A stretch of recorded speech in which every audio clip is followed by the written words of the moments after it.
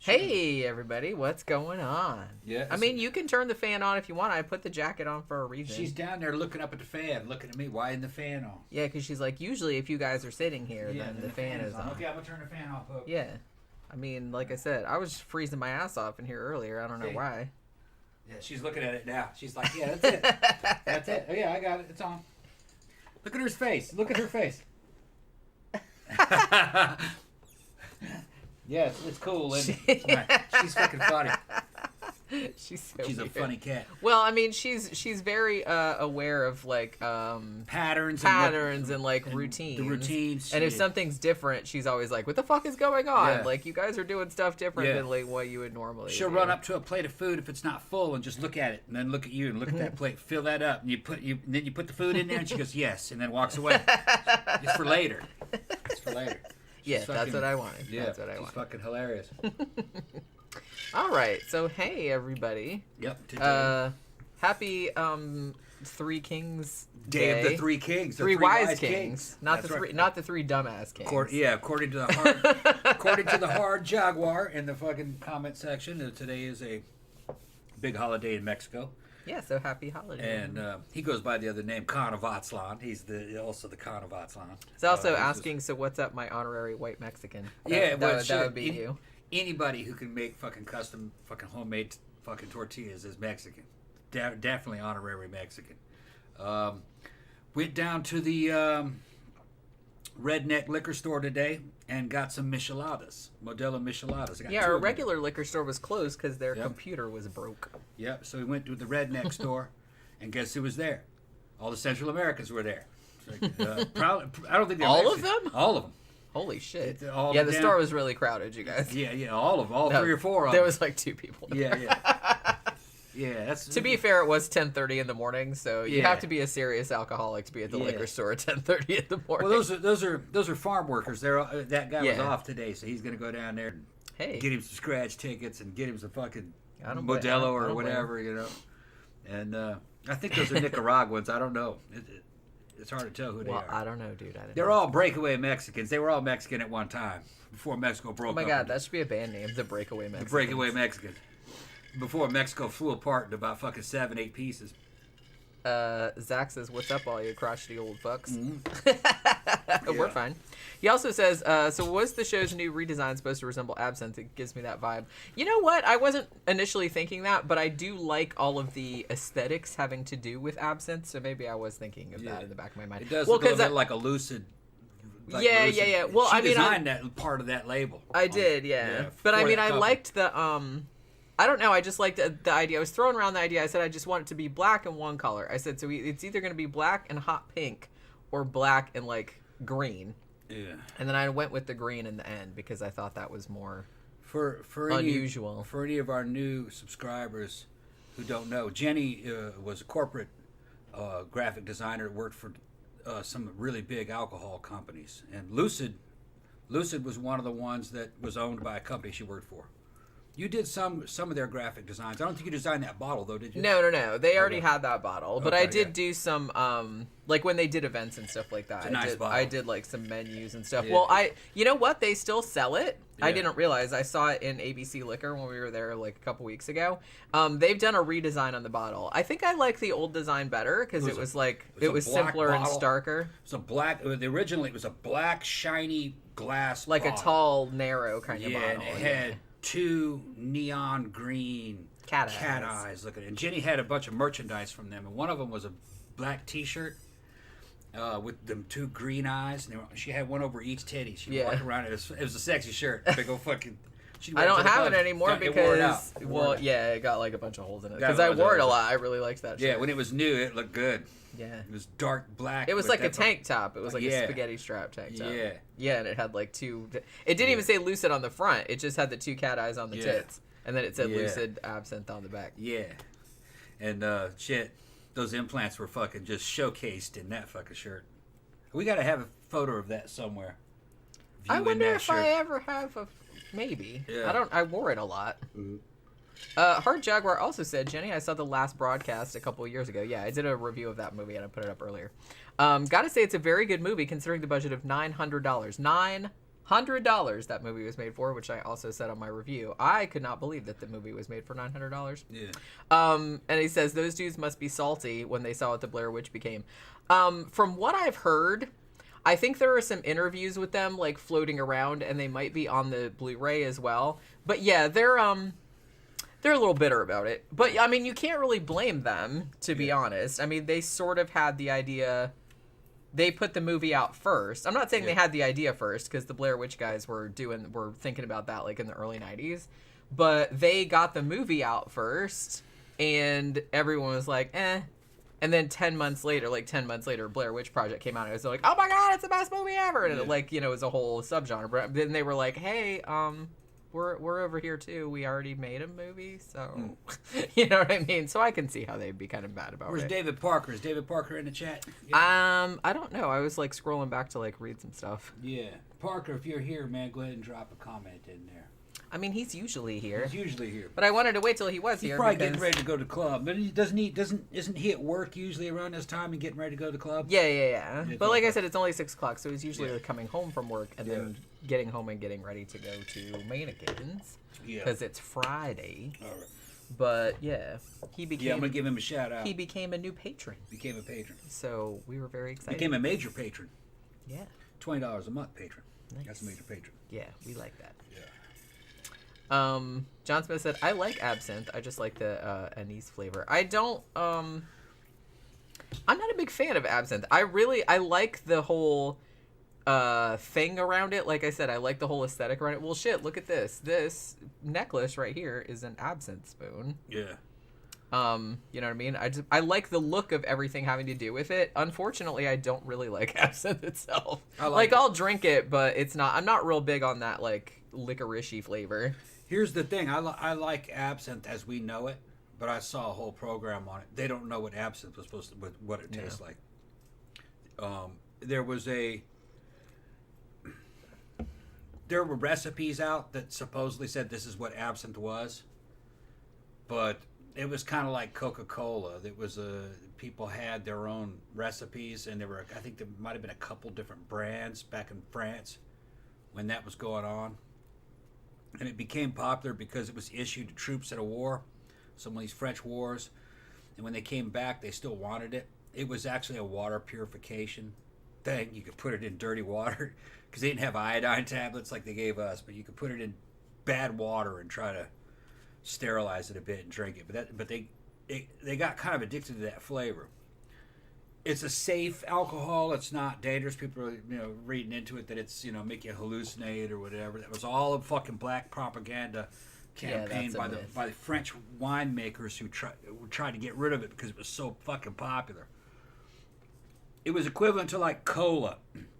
Everyone kind of had their own recipe for cola, but the main one was Coca-Cola, and you don't know what the recipe is, and they're on several recipes by now. Absinthe was like that. It didn't taste like anise, but they didn't know what it tasted like because all the people that drank it are dead. It got rebooted several times. In this one program, one of the top absinthe makers got the offer of a sealed bottle of the original absinthe that somebody still had, and they bought it for millions of dollars. And they had their main tester and all the damn chemists around to open this bottle after they bought it. And they were fighting. They were in a bidding war with another company, and they got their hands on that bottle and tasted it. And they were just like, "Oh, wow, yeah, okay, we were wrong." It didn't taste anything like absinthe. It didn't taste anything like anise. It just said it was a buttery flavor, buttery herbal flavor. See, I would probably like that much better. Yeah, and I don't think they liked it when they drank it. I don't think they liked it. And it was a sealed bottle, and it shouldn't have aged out or anything. They were saying this should probably how it tastes. It was over 100 years old. And they thought they knew what it was, but they wouldn't say over in that program. Because they paid millions of dollars for it. Well, yeah, they're like, we're going to make some shit. Right, and they wanted to replicate that flavor. And I don't even know if they did. That was the last I heard of it. I don't think they thought. I think that they had. I think they thought that it was an unmarketable flavor. Yeah, maybe. Yeah, because it was not modern. They were just saying that. Yeah. They didn't seem too jacked about it. They go, okay. Yeah, and they were like, meh. Yeah. They were like, it's buttery flavored. Well, what did they herbal. expect? That it was just gonna taste like fucking amazing anything? Right. Like, you know what I mean? Like from back then. I mean, I would have been like expecting it to taste like fucking bilge water. It was a cheap product purchased by the French government to issue to French soldiers who were deployed so they could, it was part of their regular issue so they could purify water. That's where it started. When that war was over, they went back to France and they kept asking for that. It became popular because they kind of got addicted to that flavor. It had a certain flavor. And they mixed it. They didn't drink it straight, evidently. The guys who originally were into that, I think they mixed it with water. I think. If I remember, I think they watered it down. Weird. But it was just something that they drank at fucking cafes and shit. And tea houses. Dave is here. What's up, Dave? Hey, Dave. What's up? We wanted to wait till you were here so we could say thank you for becoming our newest patron. Yeah, thank you for becoming a major patron. That is awesome. $20 a month. Thanks. Yeah, and you totally didn't have to do I'm going that, to give you a shirt next time we go to the fucking mannequins. I'll bring a shirt by for you. You're probably what? 2XL, maybe 3XL. I'll give you some. I think we have some shirts of that. Yeah, I think I have some of those back there. We got a bunch of stock in there, but right. You know what I mean. And I got to get a new screen for the new logo. Yeah, we got to make a new screen for that. We can print out here. So yeah, I just have to buy transparencies, but I can print everything from here now because I bought a printer. So I could do that, so I could mail stuff from the house too, so I could like print out postage. Mango says Last Broadcast is a cracking movie. I really liked it very much. I'd been wanting to see it for a long time because I kept hearing about how it got hosed by Blair Witch, you know what I mean? Because, you know, it came out first and then got kind of shoveled over. But, you know, I really liked it. I know some people didn't like the end, but I didn't mind the end. Jeff Yarrett said, watch Tales from the Crypt, which we just did a review of, or I just did a review of not too long ago, and All Through the House, like the Christmas one. So why didn't Joanne frame Psycho Santa for the murder of her hubby? Talk about a missed opportunity. Right? She totally could have done. I mean, to be fair, like the Santa did like jump in and kill her, but start strangling her. But she could have been like, wait, before you kill me, let me make a deal with you. I won't tell the cops you were here if you take credit for like killing my husband, so I don't get in trouble for it. Yeah, see? He says 2XL. I'll see if I got any back there. Yeah, we might. If not, I'll order some. Yeah, Mango said, to be fair, Cannibal Holocaust beat both of them to it. Yeah, I mentioned that in my review. Yeah, because Cannibal Holocaust came out in 1980. That was technically the first found footage movie. But I'm just saying that Last Broadcast was... it's not similar to Blair Witch. I mean, it's similar in the sense that it's still a found footage movie and it's kind of like has a mockumentary kind of thing going on. But the fact that it came out 10 months before Blair Witch and just got totally forgotten about is really kind of sad because it's actually like a really good movie. And like I said, the two guys that made it, they made it for $900 and they completely independently distributed it. Whereas I feel like Blair Witch had like more money behind them. You know, he goes 2XL. He's laughing. He goes, I'm a big bitch. 5X. Oh, okay. Okay, we'd have to order that. We probably can get it, though. If you're serious. I didn't think you were that big. Yeah, Jiffy Shirts has... Jiffy Shirts, that's the name of it. Okay.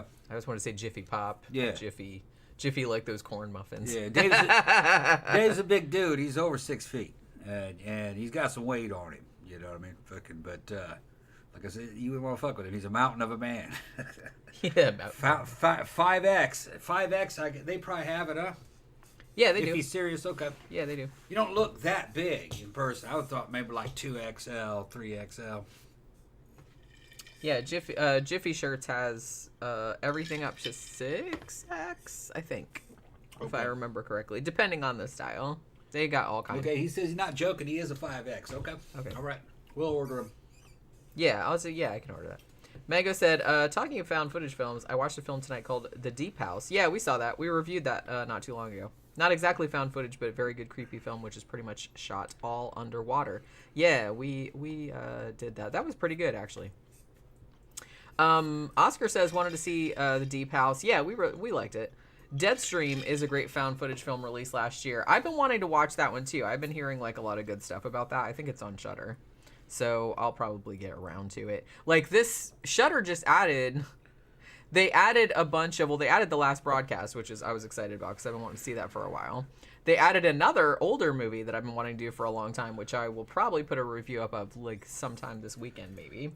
And they added a bunch of lesser known, let's call them lesser known Giallo movies.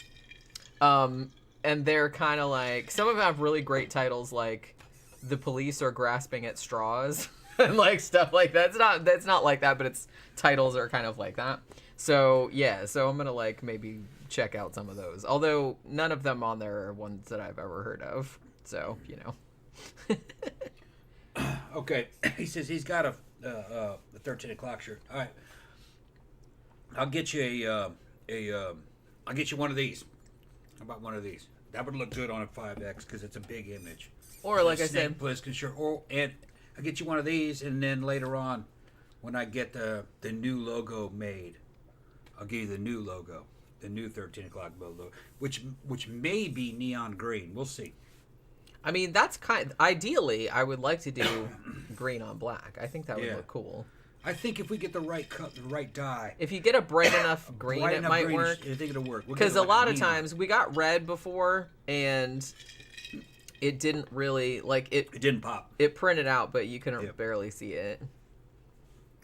Zach says, I finally watched both Knives Out movies, and I think I just found my new favorite movie series. Yeah, I really... Seen the second one, yeah, Glass Onion. I think it might be on... It's on Netflix, I think. Netflix. Yeah. So maybe we should watch that this weekend. We can watch it, yeah. Because I've been wanting to see that. I heard it was really good. Yeah, Rian Johnson's not a bad director. You just don't want him around Star Wars. And he kind of came out and says, yeah, I was trying to give it a fucking Viking funeral pyre, you know. You know, he's not a good Star Wars guy. He's not traditional enough. Star Wars is a 1930s style movie. Action adventure, kind of like old Serial. You know, it's a copy of Flash Gordon. That's really what Lucas was trying to copy. Because he couldn't get the license to Flash Gordon. But it's just, Star Wars can't be modern. There's just something about that story. But he did good on Knives Out. I liked it. I like Knives Out a lot. Yeah, I like. So I'm really excited to see Glass Onion because I think that'll be cool. Yeah, and I love murder mysteries. And Daniel Craig's great in it, even though his southern accent isn't all that. That's all right. Good, but it's a little foghorn leghorn. But yeah, it's kind of a stereotypical high class southern accent that probably never existed. It didn't exist in my lifetime. I think that accent only existed in Hollywood. Well, yeah, maybe. It did kind of remind me, like I said, of some of those old Looney Tunes cartoons. Like, Battle Video, come here, boy. It kind of reminded me of that. But, but that's okay. Dave says, when I'm around Jenny, I suck it in. Maybe that's why he seems smaller. Oh, is that what it is? Hard Jaguar said, Jenny, have you seen the 1899 series on Netflix? Not yet, but I do want to watch that because that's the same people that made Dark, and I fucking loved Dark. Oh, my God, Dark was so good. But, yeah, this one's weird like a mindfuck. But you pick up what's going on fast. Still like the concept of Dark better and keeps you lost. But yeah, I'll eventually get around to watching that because, yeah, I really do want to watch it. I really do want to watch that, so I'll get around to it one of these days. I used to have my own little Netflix, but I dumped it because I couldn't afford it. Now, you know what they started doing now, because I guess Hulu does this too, because I have a Hulu subscription, is that Netflix will let you have a cheaper subscription if you have ads on it. Like if, if you watch movies with like commercials. Well, because that's what Hulu's been doing for a while. Like you can have regular Hulu, which is what I have, which is like $8 or something, and then like you have ads, which like I don't care as long as it's not excessive. I can watch commercials. It's, I can just get up and go pee. I don't give a shit. So so I guess like Netflix started doing that, where they do a one where it's like I think it's $7. Yeah, like $6.99 or something like that. But it's like you watch ads in there. I still have the DVD service for them. Do you really? Yeah. Do they even still? I guess they still offer that, don't they? I have one of the DVDs in there, and every time I put it in an envelope, it's in the envelope ready to send back. It's Lara Croft Tomb Raider 2, I think. If I send it back, they'll send me another one because I filled out a bunch of lists at a time, and I don't want them. Yeah. So I just hold on to it. I'm surprised they didn't charge you for it. They didn't charge me. No. I guess they're just like, well, maybe one day he'll send it back. They probably forgot about it. Yeah, they're like just DVDs. Yeah, what do they cost? Like a penny? Yeah. Or something like that. That's just so funny. I remember when that was like such a big thing. Yeah. Because everyone was like, remember how when that Netflix service first started, which I don't know if you youths remember, but it started out as a mail service. Like I said, they'd send you a DVD and then you'd watch it, and then you could keep it as long as you wanted. Like they didn't charge you like over fees or anything like that. And then when you were done with it, you'd send it back, and then they'd send you the next one that was on your list. That was back when back in the 90s. It was back when Blockbuster still existed. Yeah. Blockbuster was still limping along. And everybody said, that's never going to work. Nobody's going to send this shit back. But everybody did. Yeah. Like, pretty much. Yep. And they're just like, well, if they don't send it back, they won't get a new movie. Get one. Right. You know, so there was an incentive for... I mean, there was no reason for people to keep them, really. I saw a program on it, though. A lot of that naysaying about that service was actually coming from Blockbuster. Yeah, I imagine. Blockbuster. Well, because they were trying to get in on that shit, too, but they were too late. Well, what they wanted was they wanted to be something like a cable, where you put a box in your house and then Blockbuster could pipe a movie to you. Boy, that would be some that's some backwards ass technology. But you know, like a video on demand. Now all everything's like that. Everything's like that. If you have fucking old dinosaur cable, you can go over and you can see where you can rent movies, or you even rent porn, and they'll fucking blast it in on demand, you know, and then charge it to your fucking account. Well, it's crazy to think about because because back in the old days, remember what a pain in the ass it was like to see a movie, and especially like somebody like me that was like real into like weird ass movies. Like I really liked obscure movies and horror movies and stuff. And it's just kind of like if you didn't see the shit in the theater, then you had to like wait a really long time for it to come out. You had to go to Blockbuster to rent it. They would all be out or something like that. And usually most of the movies I wanted to see, like Blockbuster didn't have them, or they only would have one copy and it was gone. So it's just kind of like, it blows my mind nowadays that it's like pretty much any movie you want to see, you can just, you know, with very few exceptions, you can just go on and go, well, I can either watch it for free or I can watch it for like $3. I'm just like, that's incredible, you know? It's crazy. Have you guys seen the movie Eden Log? Strange movie that moves slow, but I couldn't not watch. It kept me hooked. No, I have not.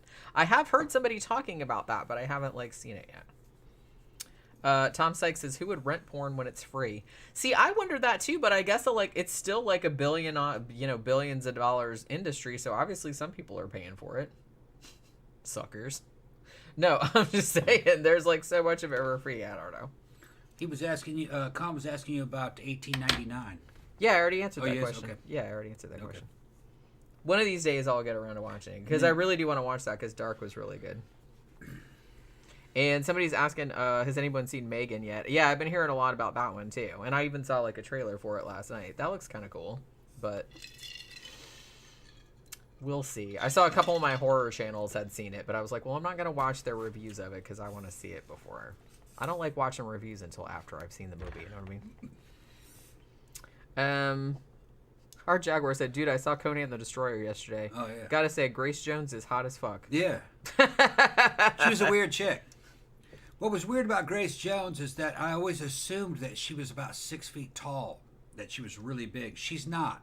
She's like 5'4", 5'3". She's a little bitty thing. But she comes off as being really tall. Yeah, I always thought she was really tall. She's about Sonya's size. Okay. Didn't weigh anything. She's evidently pretty little. Well, I don't know about that, because Sonya's only about 5 feet tall, maybe. Well, okay, then a little bit taller than or 4'11", maybe. Sonya's very, very short. I think she was. Somebody can pick it. Somebody can look it up. She's nowhere near as big as I thought she was. Grace. Grace was fucking kind of ahead of her time. Well, she was from Jamaica, I think. Yeah, and maybe. Yeah, she was a trip. Kind of a goth girl for her time. She really didn't play the mainstream thing.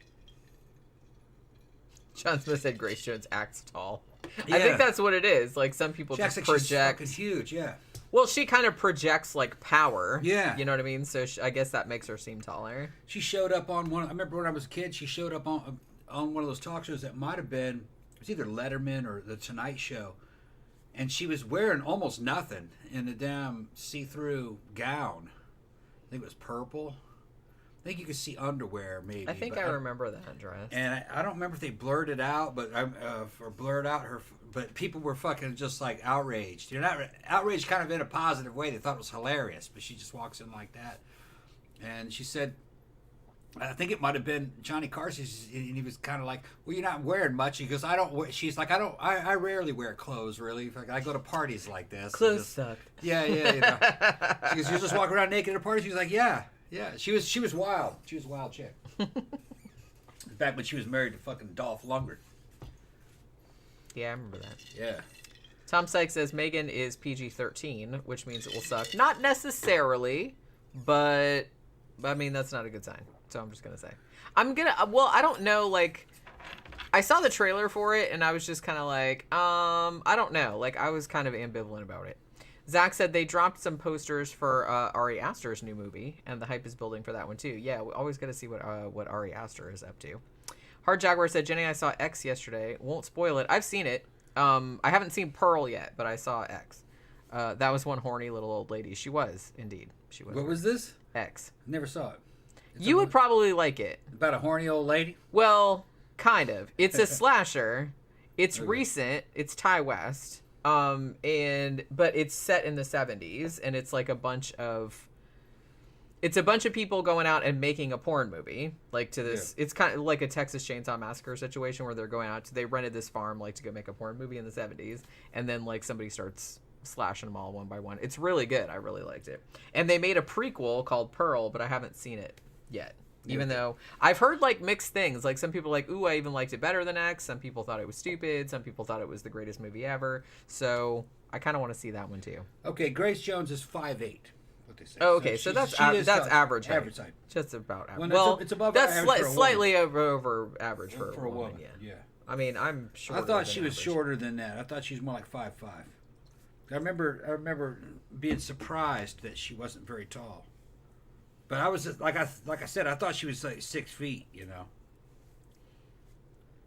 John Smith said I mainly remember her in Vamp. Yeah, she was great in that. Yeah, we reviewed that one not too long ago too. That was a weird ass movie with big fucking Nicolas Cage. Zach said, doesn't she usually have hairdos that are like 3 feet tall? Yeah, maybe. She did back in the day. Yeah. I don't think she does that anymore. Jeff Yarrett said, my first time seeing Grace Jones was when she was on the Pee Wee Herman Christmas special, singing Christmas carols in the Playhouse. It was awesome, and my parents were so confused. Yeah. Shit, I don't remember seeing that. I'm going to have to look that up now. John Goris, the new Evil Dead looks a bit lame, to be honest. I liked the remake, but yeah, I mean, I don't know. That could go either way. I'm going to say that I haven't seen the Evil Dead remake. Even though I still, like, a lot of people liked it, even though, you know, when the idea of it was floated, people were like, oh my God, sacrilege. But a lot of people did like it. So I haven't seen the remake, but I don't know about this new one. Is this, like, a continuation of the series? Is it, like, the same? Because I know they did Ash versus Evil Dead, and that was, like, amazing if you haven't seen that TV show. Thing about Grace Jones, or talking about Grace Jones, is that Grace Jones, she didn't bend to convention of her time. She did whatever the fuck she wanted to do. Whatever she was doing was out of left field. Totally different. She knew how to stand out. And she was just a model who could sing and put on a show, and she could act. I thought she was a pretty good actress. And party animal. Rich people liked her. Celebrities liked her. She evidently was real popular at parties and stuff. So well, she was just like unabashedly weird. Yeah, weird. And but I in a good way. She was weird in a good way. Well, that's what I mean. Yeah. I don't mean anything like insulting when I say weird. Weird's a good thing. She was cool. Yeah. Yeah, and she clearly just did not give a fuck. And she was a Bond villain. Yeah. Yeah, she played Christopher Walken. His name was Zoran, I think, is what the name. Yeah, when that Feud with Kill. Yeah. Christopher Walken played the bad guy, and she was his girlfriend slash hitman. He'd send her out to go kill people and shit. She was go kill that guy. Yeah, go kill it. And she'd show up dressed like a damn ninja, and fucking she could jump off the Eiffel Tower and fucking.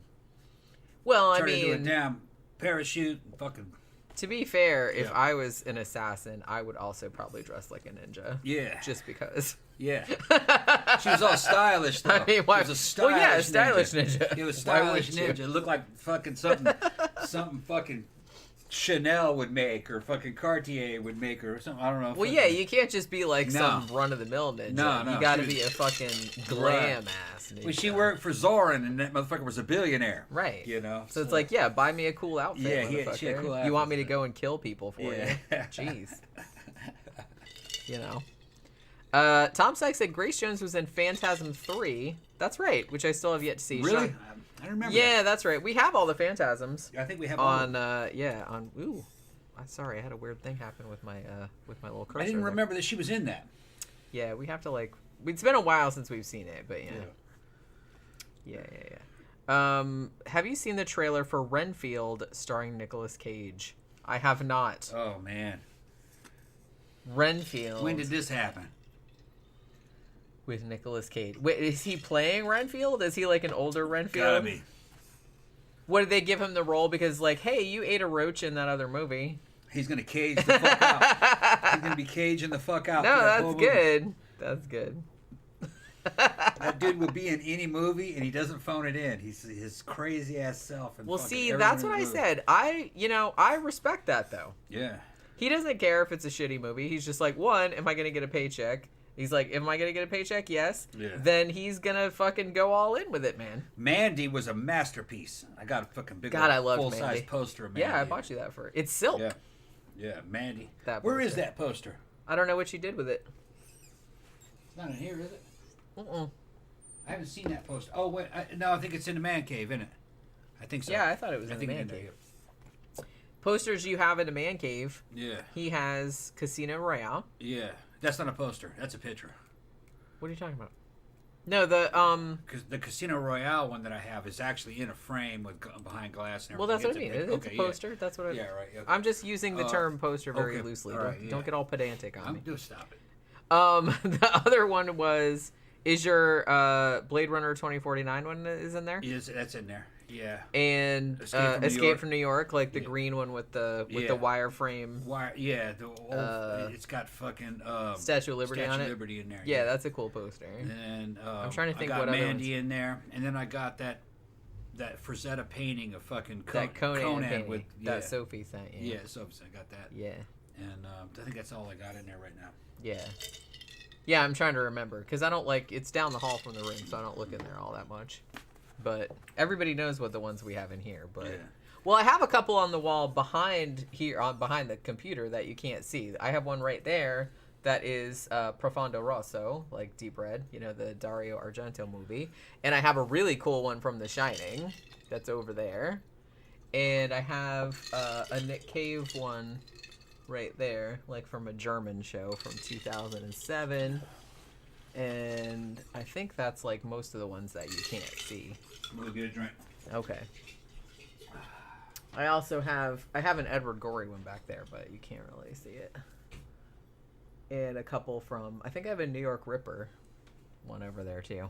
Oh, and I have one from the John Carpenter movie Christine. And that's like behind, that's on the other side. And from the 1931 Dracula.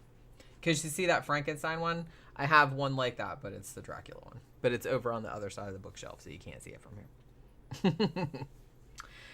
Dave says, Renfield looks awesome. The dude from Warm Bodies is in it. They barely promoted Nicolas Cage. I'm gonna have to see this. This looks like, oh, he's playing Dracula in it. Oh. All right. Oh, yeah, that's right. I remember somebody talking about that he was going to play Dracula. And you know what's interesting? Of all the Dracula adaptations that they've done over the years, which I'm sure someone's counted, but it's got to be in the hundreds, nobody's ever really done one from Renfield's perspective, have they? Isn't that interesting? So, Hugo says, my favorite Nick Cage film is Con Air. I barely remember that movie. I think I saw it. Maybe I didn't. Well, because what ended up happening was that I used to work at a newspaper, and I used to work with this guy named Al, and he was like a real big movie fan, and he rented movies all the time, pretty much, and he would always make a copy of whatever he rented. You know, which it's not entirely legal, but okay. So he would make and then like he would always like loan them to me. So I saw a bunch of movies that I probably wouldn't have seen otherwise, because sometimes I was just kind of like, yeah, whatever, like, you know, so I just like put it on in the background while I was like cooking or like, you know, cleaning the house or whatever. And so I probably saw it then, but it's like, it's not like I sat down and watched it though, you know. Oscar says Christine is among the best Stephen King adaptations. Yeah, I agree. And I feel like it doesn't get as much love as it probably should have. And I'm not saying that like there aren't some other great ones. Like obviously Carrie is great, like Dead Zone is great, Misery is great, but Christine, it seems like one of those ones that people kind of like forget about, you know, which is sad because it's a great movie. I really like it a lot. You guys should do a review of Thinner. I've actually put Thinner in the Patreon poll a few times, but it never wins. I think it was in there like a couple, because Thinner is on shit, man. I just saw the shit the other day. Like it's on HBO Max or Hulu or something. Like, cuz I know when I was scrolling through the movies, cuz they had like a bunch of Stephen King adaptations and Thinner was on there. And I was like, "Oh yeah, we should do that." But, you know. John Malkovich was in Con Air. Yeah, oh yeah. I remember that. And they're talking about Valley Girl. I've been wanting to rewatch Valley Girl because I don't think Tom's ever seen it. I don't know if he'd like it or not, because it's kind of, I don't know if I call it a chick flick, but it's kind of like more of a like an 80s new wave romance, I guess. But and I think that's also on HBO Max. Oh, you froze your mug. Yeah, you remember? Going full on fucking Mexican. Oh, and you got the salt around the rim and everything. Salted rim mug. Gonna use that Modelo Michelada, the mango chili. Mm-hmm. The other one I have is the piña. Yeah. This was good though. Last time I had this. Yeah, those were good. Those were surprisingly good. It's just I was gonna get one too, but then like when we were in there in the fridge and he was pulling those out, I saw this bad boy right here, and I'm like, ooh, I think I'm gonna get that instead. Because these are really good. I never had the one in the can. I've had the one in the bottle. Man, look at that. I poured that careful as a motherfucker. Poured it like a gentleman. You poured it like an asshole. Yeah. They're saying I poured it like an asshole. I poured that shit like a gentleman. No, I'm teasing you because of like beer and board games. Yeah. Well, I'm telling them in case they don't know. On Beer and Board Games, like the YouTube show, Matt usually like pours his beer, but he doesn't care like if the head is really big, so they always like, oh, you poured it like an asshole, because it's like this much beer and like this much foam. And he's just like, he doesn't give a fuck. So every time he does that, I'm always like, oh, you poured it like an asshole. Yeah? Yeah, I tried it. Well, nah, that's all right. Oh, it's good. Are you sure? Stop complaining. I'm not complaining. Okay. I'm not allowed to say no? No, of course not. So that's how that goes, huh? I don't really like mango. You know? I'm not worried about it. Well, yeah, obviously. He doesn't give a shit whether I like it or not. Man, that's good. You don't like that? It's all right. Like I said, I don't like mango flavor stuff that much. I liked the other one we got that was pineapple. Yeah, I got one. I like that, but like I said, I'm not. I don't really like. I got another mug down there mango. frozen. I don't really like. I got another frozen mug down there, and I'm gonna salt that rim on that one too. When this is done, I'm gonna drink that other one. Hell yeah! I'll stand behind that one. Carnavatslan. I will stand behind that. That's a really good product. When I first bought it, I was, they told me that was cheap shit, but it was expensive. It was like $3 something for the fucking big old can. And I said, I got some crazy ass cheap. That was $3.49 for that. $3.49, yeah. And this one was only $3.29. Yeah. This can, and it's bigger. Yeah.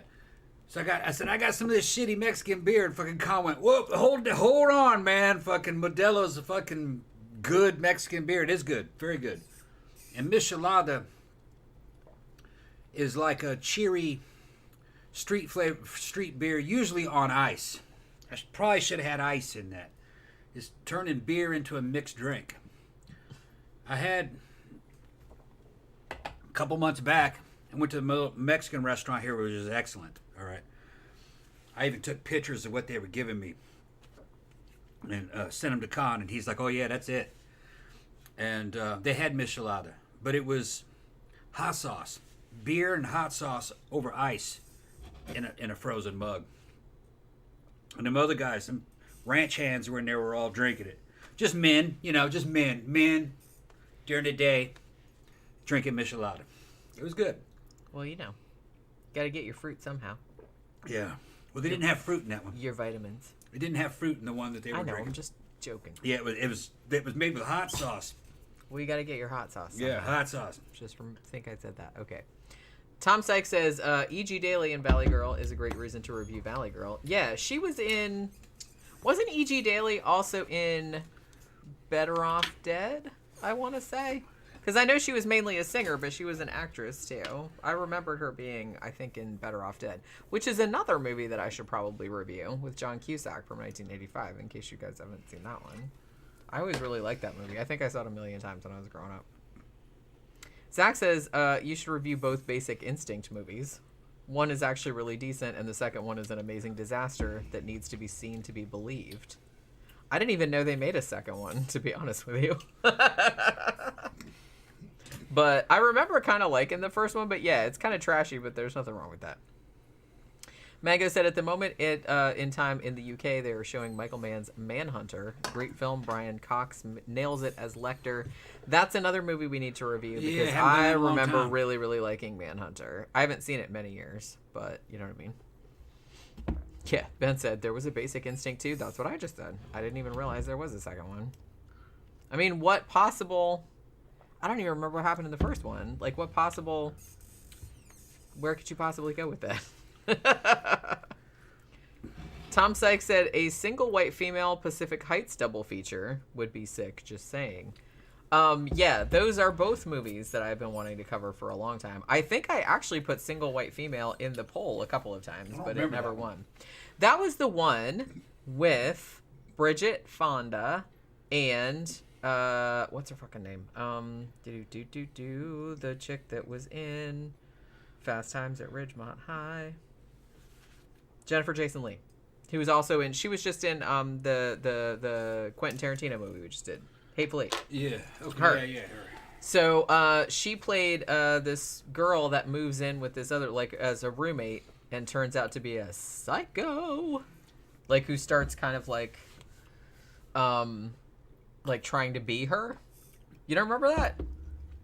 No. Dude gets killed with a high-heeled shoe. It's epic. Very, very vaguely, I remember that. It's good. I like it. I forgot how hot this was. Because it's mango and fucking chili. Well, yeah. It's good, though. I like it. Almost like something from India.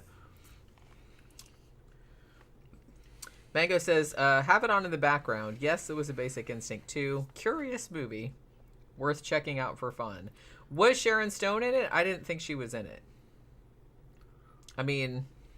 No, how could she be in it? She got locked up, right? Or no, she killed. She was killed, wasn't she? Yeah, didn't she get killed? Yeah, I think she got killed at the end. Spoiler alert. Yeah.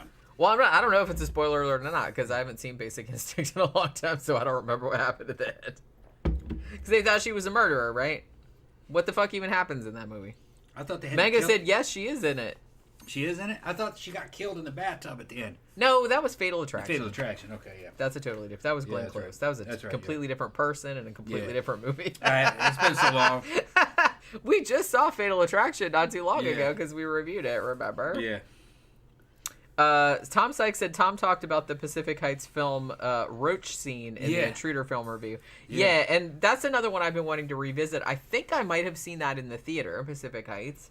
And I think I saw it once afterward, like on cable, but I haven't seen it in probably like 20 years. And that was another one. I mean, it's been a long old shit. Yeah, it's been a long time since I've seen it. When did that movie come out? 90 something? I don't know.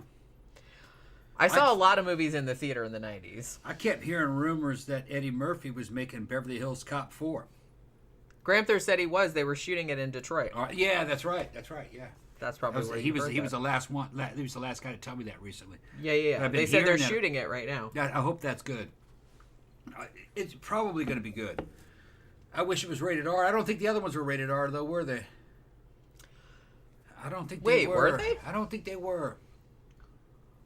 I don't usually know. I mean, because usually we watch them at home, so I don't usually know. I don't usually think about what the ratings were. I don't think. And if the movie's good, it doesn't occur to me that what rating it is. Because the last few Eddie Murphy movies that came out, I thought he knocked them out of the park. I thought they were really good, especially Dolomite Is My Name. That's a fucking masterpiece. I love that movie. That was so good. It was so good. Bought it on Blu-ray. Yeah. Oh, yeah. That was an awesome fucking movie. And it made us want to go back and watch, like, old Rudy Ray Moore movies. Yeah. There's a bunch of them on Tubi, matter of fact. Gotta see them. I haven't seen them all. I watched... Saw Petey Wheatstraw. Yeah, we watched Petey Wheatstraw, the Devil's Son-in-Law. Yeah. We watched that one. Petey Wheatstraw. Yeah, that was his version of Exorcism. The Exorcist. And then saw the one... No, it wasn't Dolomite, was it? What was the one where he's the fucking mega pimp that comes out of prison and hooks back up with his hose? That was a fucking great one. Yeah. What was the name of that one? Well, that might have just been the one that was called Dolomite. I think it was just called Dolomite. I think we watched Dolomite, and then we watched Petey Wheatstraw, the Devil's Son-in-Law, because it was free on Tubi, like I said. Yeah. Ben says Michael Keaton is a really good villain. He is, and you wouldn't think that because I think like in the 80s, well, I guess before Beetlejuice. But he was Batman too. Well, yeah, he was Batman too. But I kind of feel like in the early 80s, he was kind of known more for his kind of cuddly, dad type of roles. Yeah. I remembered him... I think when I saw him in Beetlejuice, I recognized him the most from, like, Mr. Mom. You guys remember that one? Do you remember Mr. Mom? No. With Terry Garr. When did that come out? 84? Something like that? I remember seeing it on cable a bunch of times. All I remember from that was that there was something to do with, like, a company that made tuna fish. And then also that Michael Keaton made his kids grilled cheese sandwiches by putting an iron on the sandwich and like to melt the cheese. It would work. That's what I mean. It would work, but it would make a mess of your iron. Yeah, you'd have to like get all the grease off it. You know what I mean? Yeah. Have you seen what Bridget Fonda looks like lately? No, probably not. I have not. And yeah, I don't know.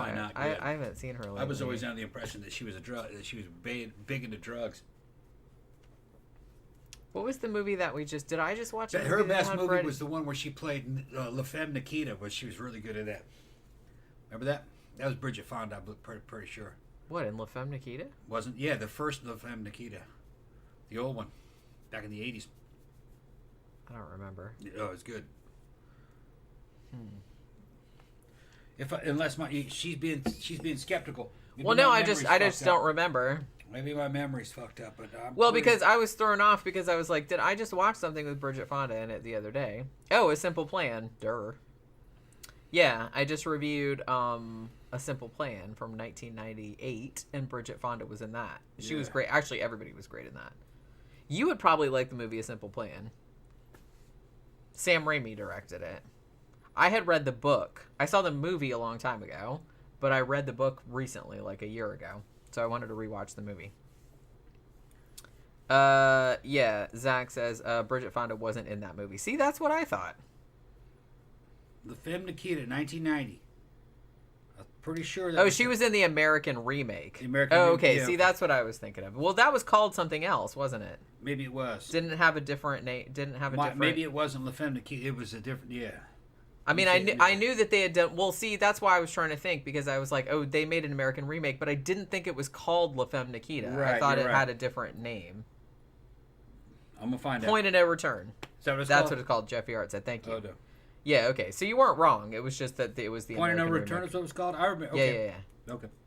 Yeah, La Femme Nikita was a foreign film. So I was like, yeah, she probably wouldn't have been in that. You know.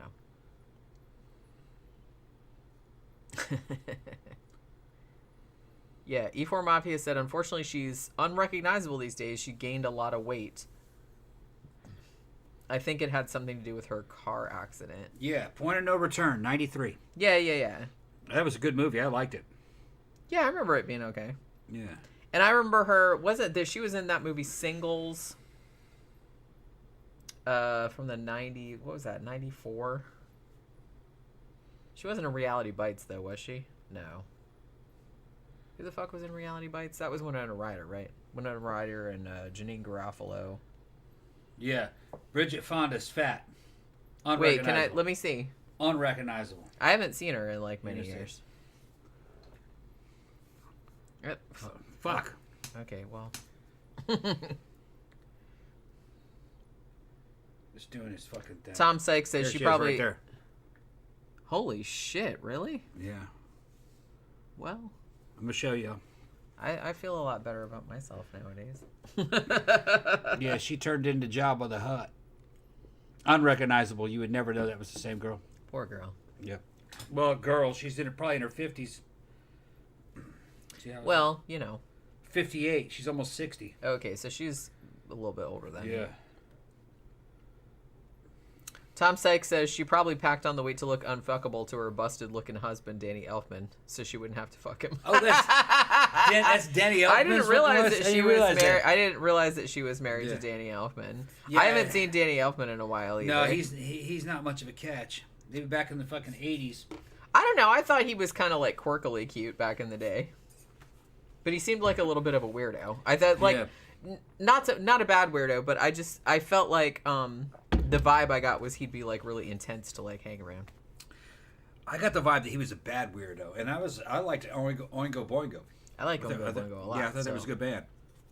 No, he always looked like somebody you didn't want to take around your children, you know, something like that. There's something weird. Yeah, I don't know. I never got that vibe, but I always kind of got the vibe that he was like kind of tweaking all the time.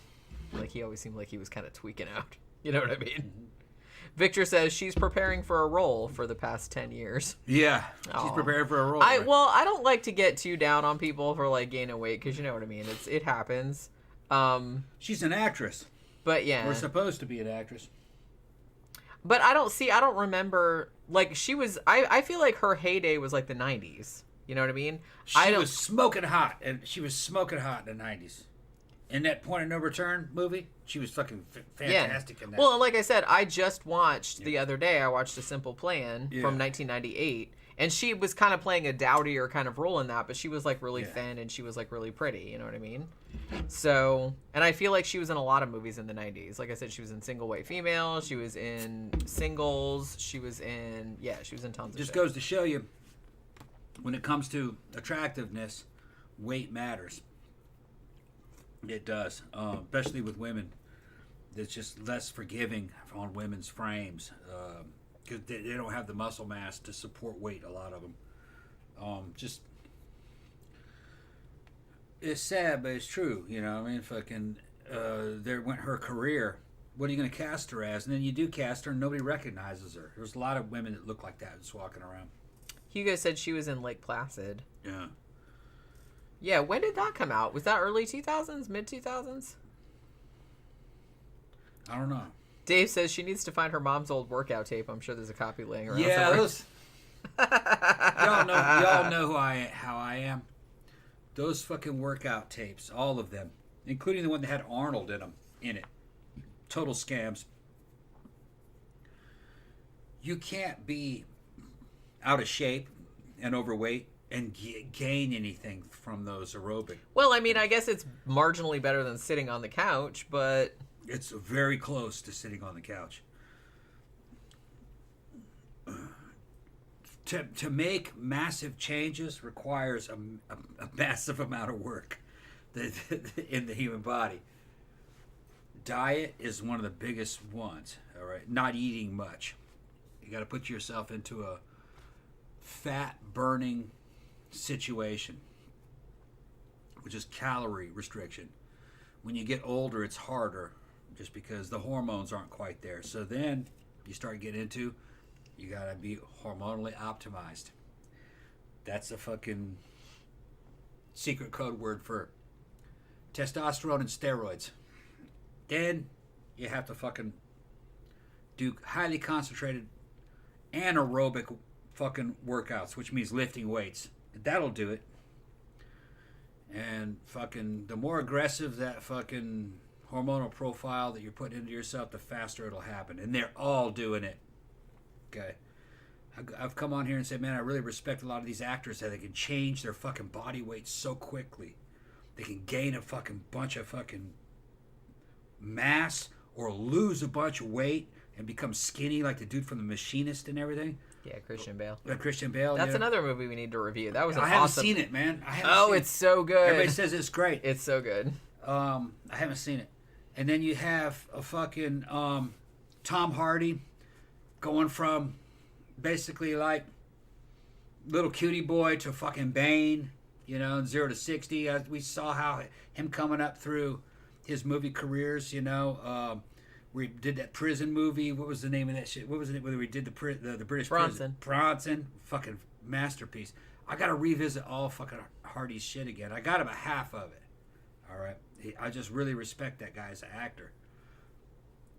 He put the work in, but look, man, he's got the signs of androgen use. Man, you have to cheat to do what they're doing in the amount of time that they're given.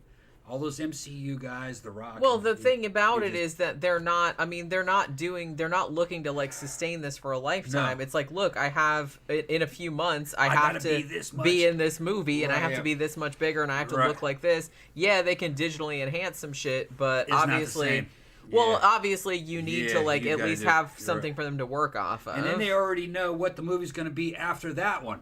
And they're like, and I can't really look like that for the movie after this, so I'm going to, Yeah, it's their job. I mean, they have to. And Daniel Craig also. Yeah, man, fucking, he changes a lot from movie to movie. He's always been fit, but he's gotten jacked before and then come down a little bit. It is all fucking steroids. It just is. I live that life. I know what I'm seeing. They got all the signs for it. But that doesn't make it easy. You're still got to do it. A lot of people can't do it. A lot of people can't inject themselves with things. They're scared.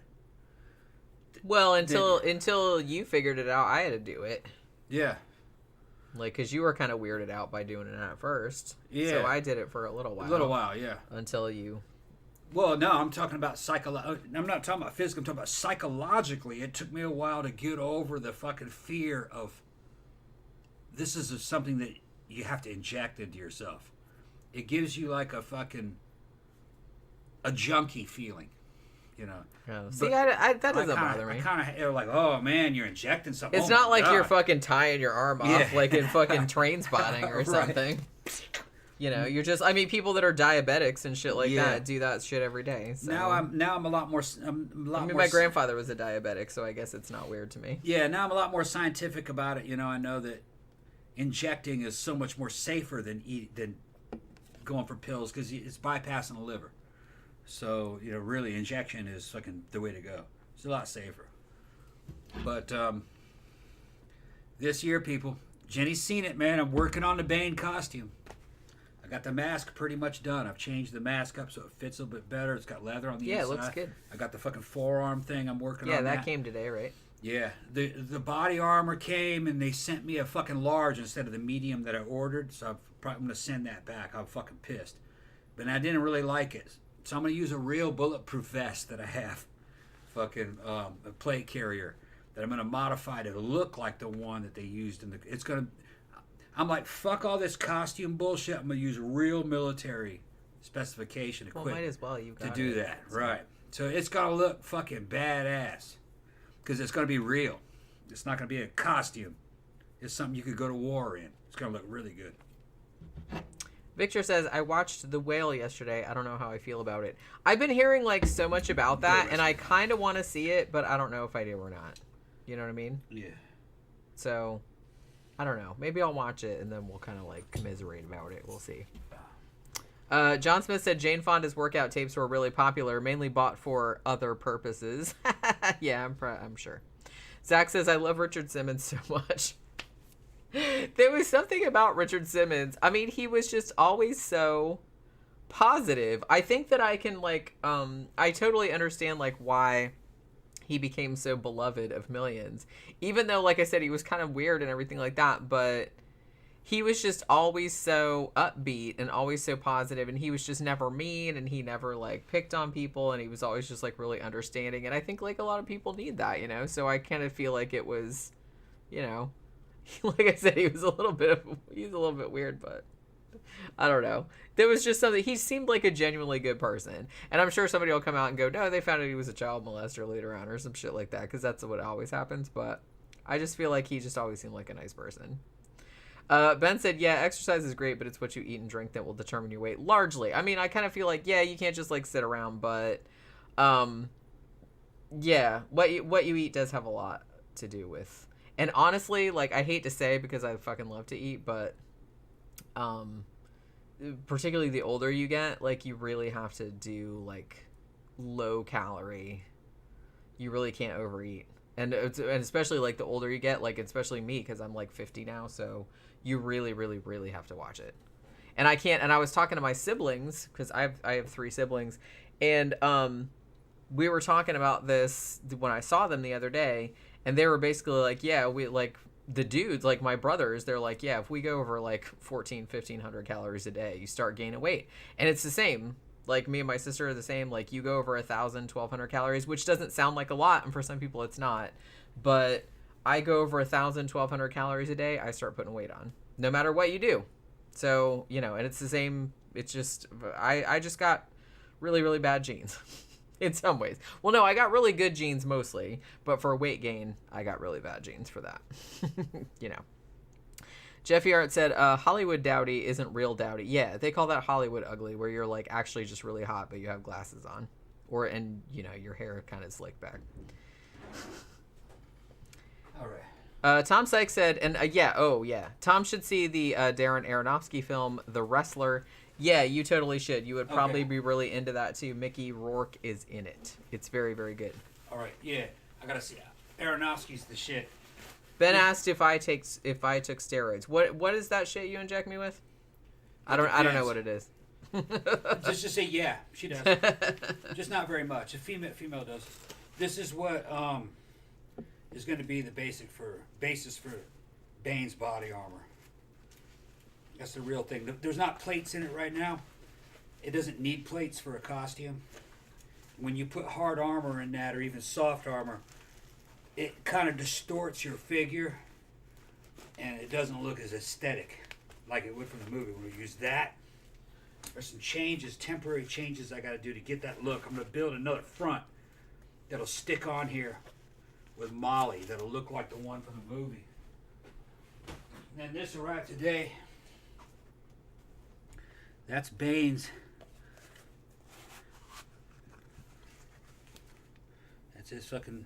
real leather and everything. Yeah. I'm going to make a little bit of changes so this fits a little bit better, but that's basically what he used. And then the mask. The mask is pretty much done. I had to change certain things.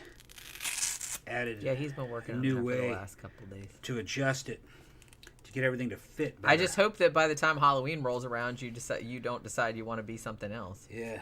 Every time we've gone out, everyone's telling you to be Ming the Merciless. Yeah. I'm gonna make a Ming outfit. I mean, you should have. I mean, I'm sure that we'll probably have a couple of different like Halloween opportunities that you could wear different costumes. It's always nice to have a couple different options, I think. Ben says The Wrestler is great. Yeah, Mickey Rourke film. Yeah, you would probably really like The Wrestler. I think I saw that in the theater, actually. It's really, really good. John Smith said, I've eliminated bread and pasta, and I'm already seeing results. Yeah, that's usually what happens. Keep carbs low. Yeah, like you can eat carbs, like, but just don't eat that many of them. You can't without any carbs. You can't even do a workout. You need carbs. Yeah. Well, see, that's why I don't like any diet where it says, well, you can't eat this, that, and the other. You can eat anything you want, but just keep it really, really, you just keep certain things like a little bit, like, or a treat every now and then. You can go on YouTube and look at guys who are bodybuilders, and then they say, we're going to go on this keto diet where nothing but meat, and you go, and then they'll tell you how they feel. A month into it, they feel like shit. And they said, I've heard that. They said going to the bathroom's fucking nasty. It's like shitting out grease. Yeah. And they didn't feel good on it, and they had a lack of energy. You evolved to eat a mixture of vegetables and meat. There's got to be carbs in there. Yeah. You're an omnivore. As long as you don't overdo anything. Right. Like I said, I don't think down the middle. down the middle. Yeah. That's why, like I said, any kind of idea. That's why I'm not really into these kind of like fad diets like keto or anything like that. Because like that might be good for short-term weight loss, but it's like that's not. You weren't designed to eat like that over the long term. I kind of feel like you can eat whatever. Like I don't think there's anything that's you shouldn't eat this or you shouldn't eat sugar or you shouldn't eat that. You can eat whatever you want as long as you just like keep it balanced and like keep it under control. Like don't eat too much sugar, don't eat too many carbs, don't eat too much of anything, and you'll be fine. Okay, so the question was, is Jen on steroids? Jen is on HRT, hormone replacement therapy. Jen is postmenopausal, so she gets replacement levels of testosterone. Isn't that funny? I'm an old lady. Yeah. But we've had friends that have known us for years, and they go like, "You guys aren't aging." And I'm like, I don't know. I just think it's funny. We're not aging. We don't. I mean, we are, but it's not the same way as other people. No. Okay. For a woman in general, 1/10 of whatever a male dose is, that's what a woman can take within reason. But there's certain things that they can't take. 20 milligrams a week of injectable testosterone is great for a postmenopausal woman. It'll keep weight off. It'll also produce a certain amount of estrogen, so because it aromatizes into an estrogen.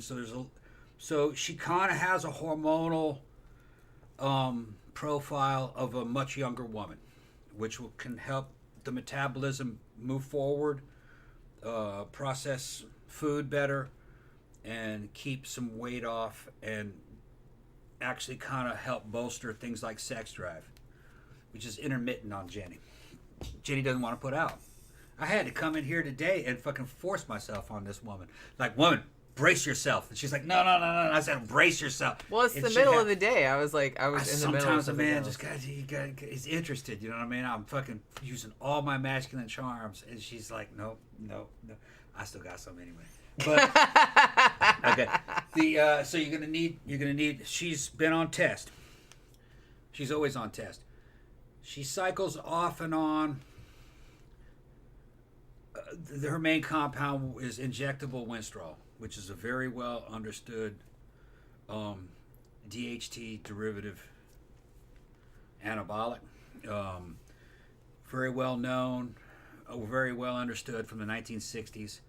And that's about between 5 and 10 milligrams a day. That's a few drops. Everything we're talking about, a week, we're talking about 4 or 5 drops of testosterone.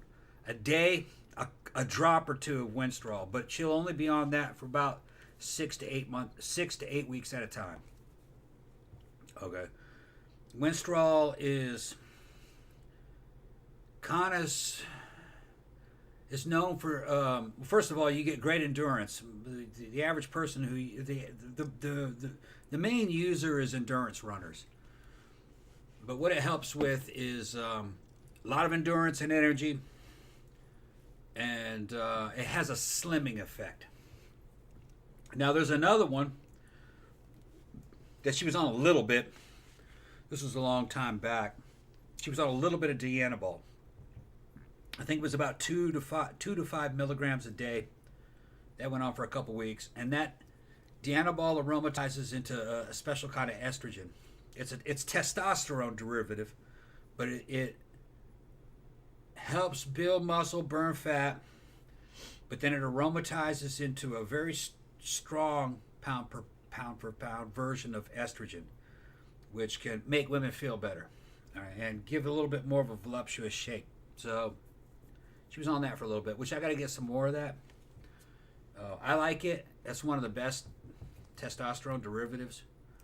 You can almost take it as a standalone, as HRT or hormone replacement therapy. That's originally what it was designed for, but it's not quite testosterone. So there are certain things you need test for.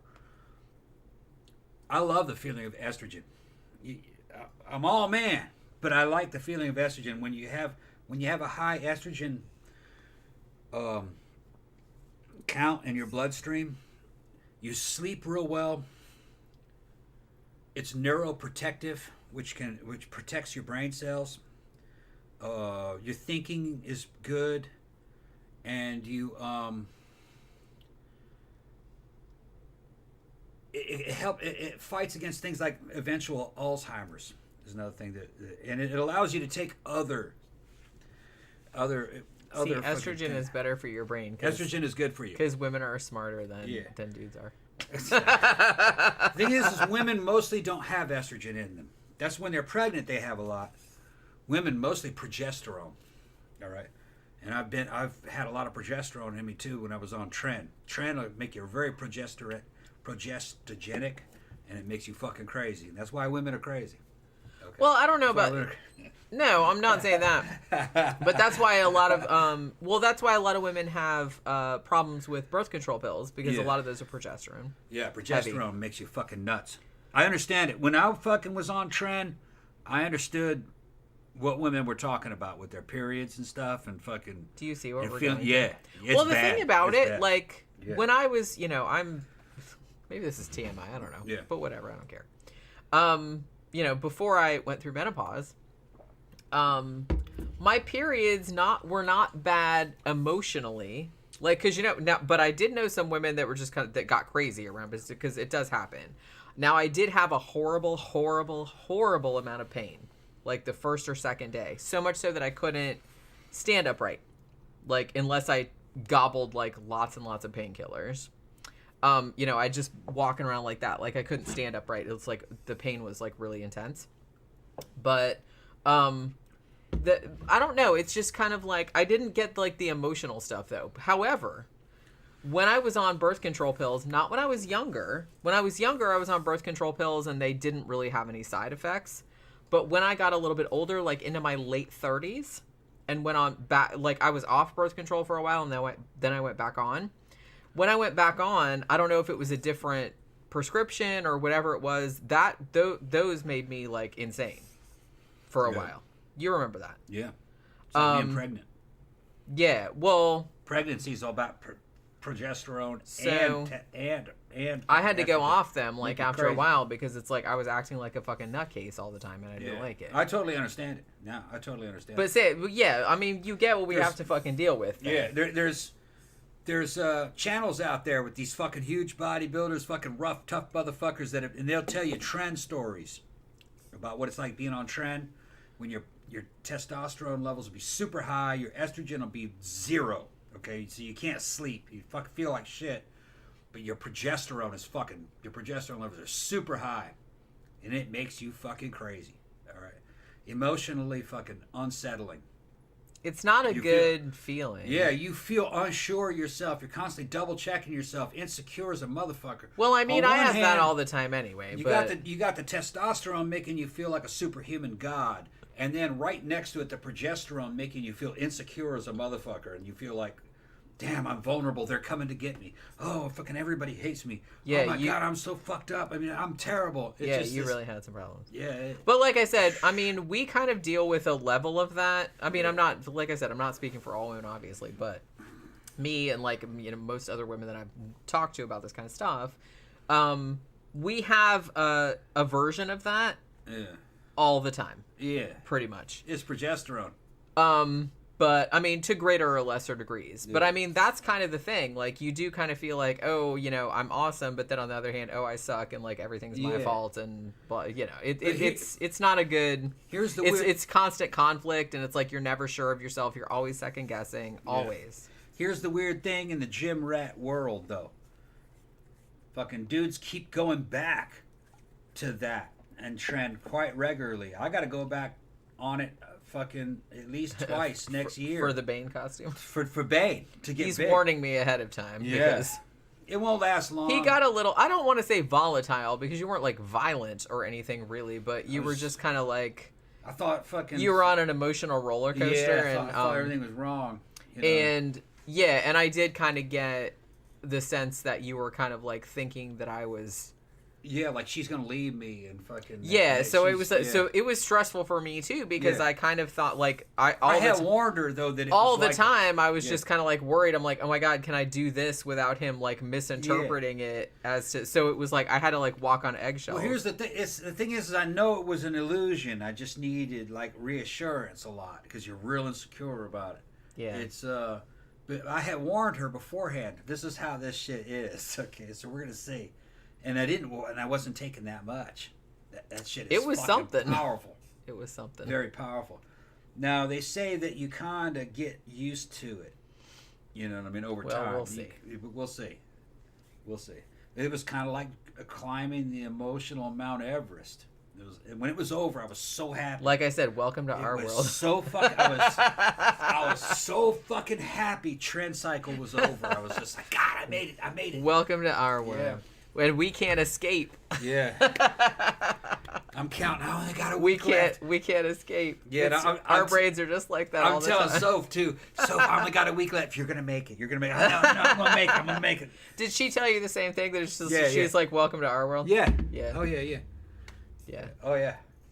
Yeah, I'm like, and then I'm telling her blows, right? I'm telling her all this shit, and I was like, no, I don't feel good. No, you can tell her. She'll understand. You can tell her. It's like, okay, and then I come in and tell Jenny, whatever I was feeling at the time. It was funny because all that shit was going. I was afraid of showing weakness. You know what I mean? Because you get real insecure about stuff. So which is weird because it's just kind of like, I told you, and I think I told you this the other day. I was like, in some ways, I'm not going to say I liked you better on that stuff because it was crazy. But I was like, I said, in some ways I kind of did because like at least you were kind of acting like you had like emotions. You were acting like a normal. You were acting like. I wasn't acting like a normal person. I was acting like a bitch. No. But I'm just saying, well, because your normal state, as long as I've known you, is you have this very like overtly like macho shtick that you have going on. She says it's a shtick. It is. It's not a shtick. I got the credentials to prove it. Well, no, I know, but I'm just and see, you got like real defensive about that. Just it's not fake. I'm not saying it's fake. I'm just saying that that's just kind of like your whole deal. Mm-hmm. And so like the way that you come across a lot of times is that you seem like you don't give a shit about anything, or you don't like have any emotions, or because you're just always like trying to project like not like complete strength and emotionlessness. I'm not trying like, all the time. That's just how it is. That's how it is. I'm not trying. But women think it's not. When you were on that stuff. Yeah. I was just kind of like, oh, so you actually do have emotions like down there underneath all of your macho whatever it is. No, you don't? You do. But the thing is that you're under the influence of different hormones. It's like being under the influence of different drugs.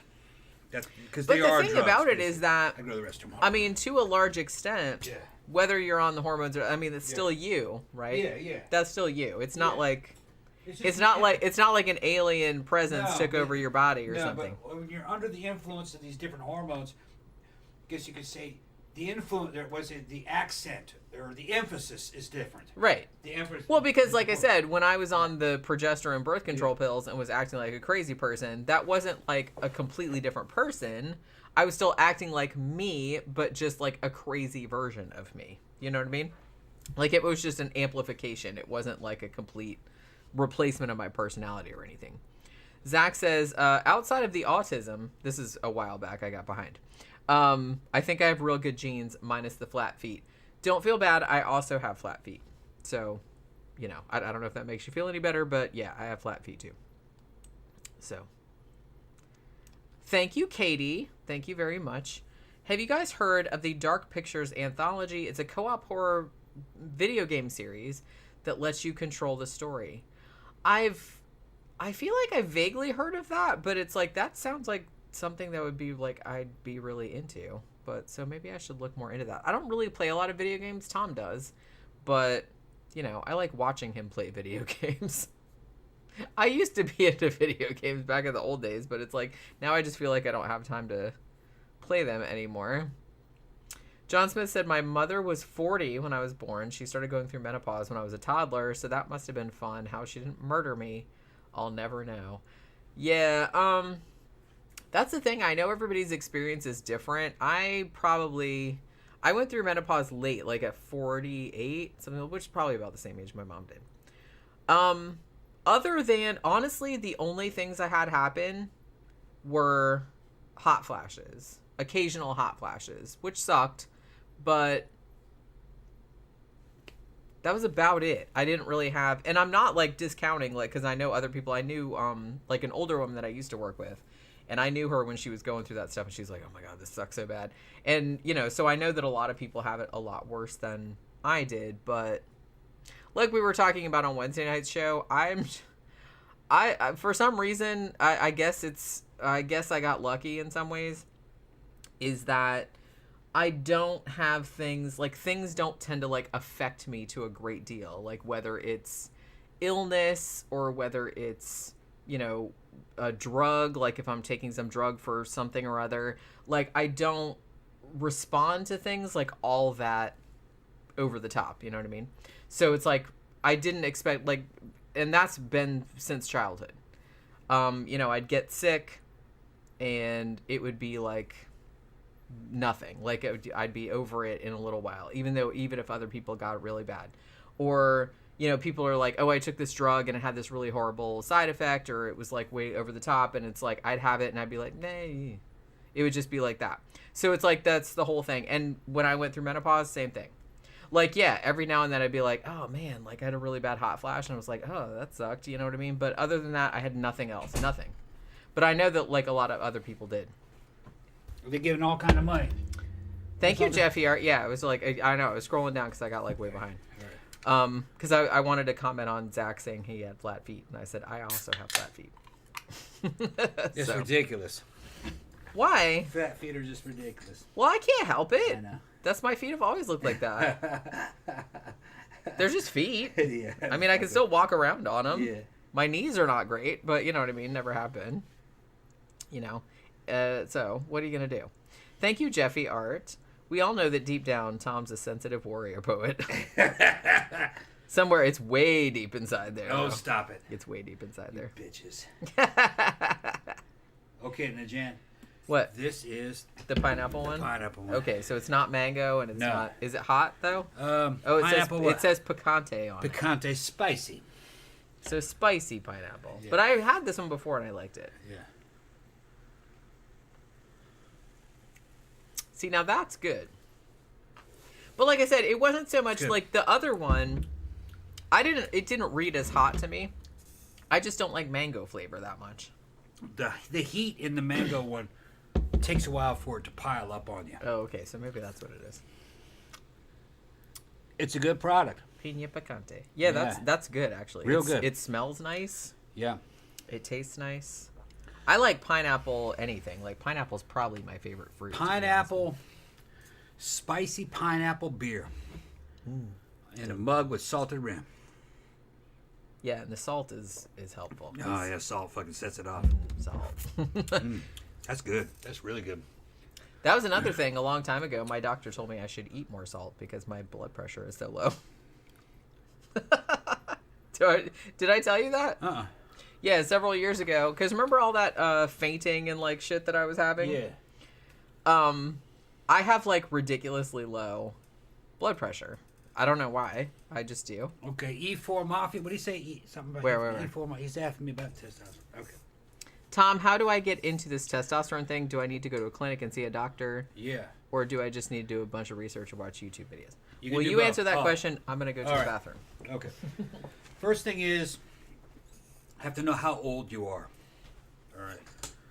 Knowing what I know now, all my research, I probably would have went on in my late 30s. Probably around 35, 38, around that time.